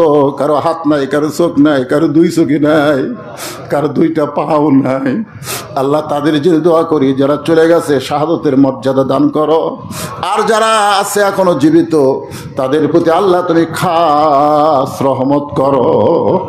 আল্লাহ, সারা জীবন কোরআনের ওয়াজ করলাম, কিন্তু কোরআনের সমাজ নিজের চোখে দেখা হলো না। আল্লাহ, আগামীতে আমরা যেন এই দৃশ্য দেখতে পারি, আমাদের সকলের জন্য আল্লাহ কবুল করো। এই মাদ্রাসা কমিটিকে কবুল করো, যারা কষ্ট করে মেহনত করে এত সুন্দর আয়োজন করেছে, আল্লাহ তাদের সকলকেই কবুল করে নাও। আমার মা বোনেরা পর্দার অন্তরালে বসে বসে ওয়াজ শুনলো, আবিদা সালিয়া পর্দানিশি কবুল করে মা ফাতেমার চরিত্র দান করো। অসুস্থ আমরা যারা আছি আল্লাহ সুস্থতার নিয়ামত দান করো। কত মানুষের জানাজার নামাজ আমরা পড়েছি, এই 2 হাত দিয়ে কত কবরে মাটি দিয়েছি। দুনিয়া থেকে বিদায় নেওয়ার কালে আমাদের সকলের জবানে তুমি জারি করে দিও লা ইলাহা ইল্লাল্লাহু মুহাম্মাদুর রাসূলুল্লাহ সাল্লাল্লাহু আলাইহি সাল্লাম।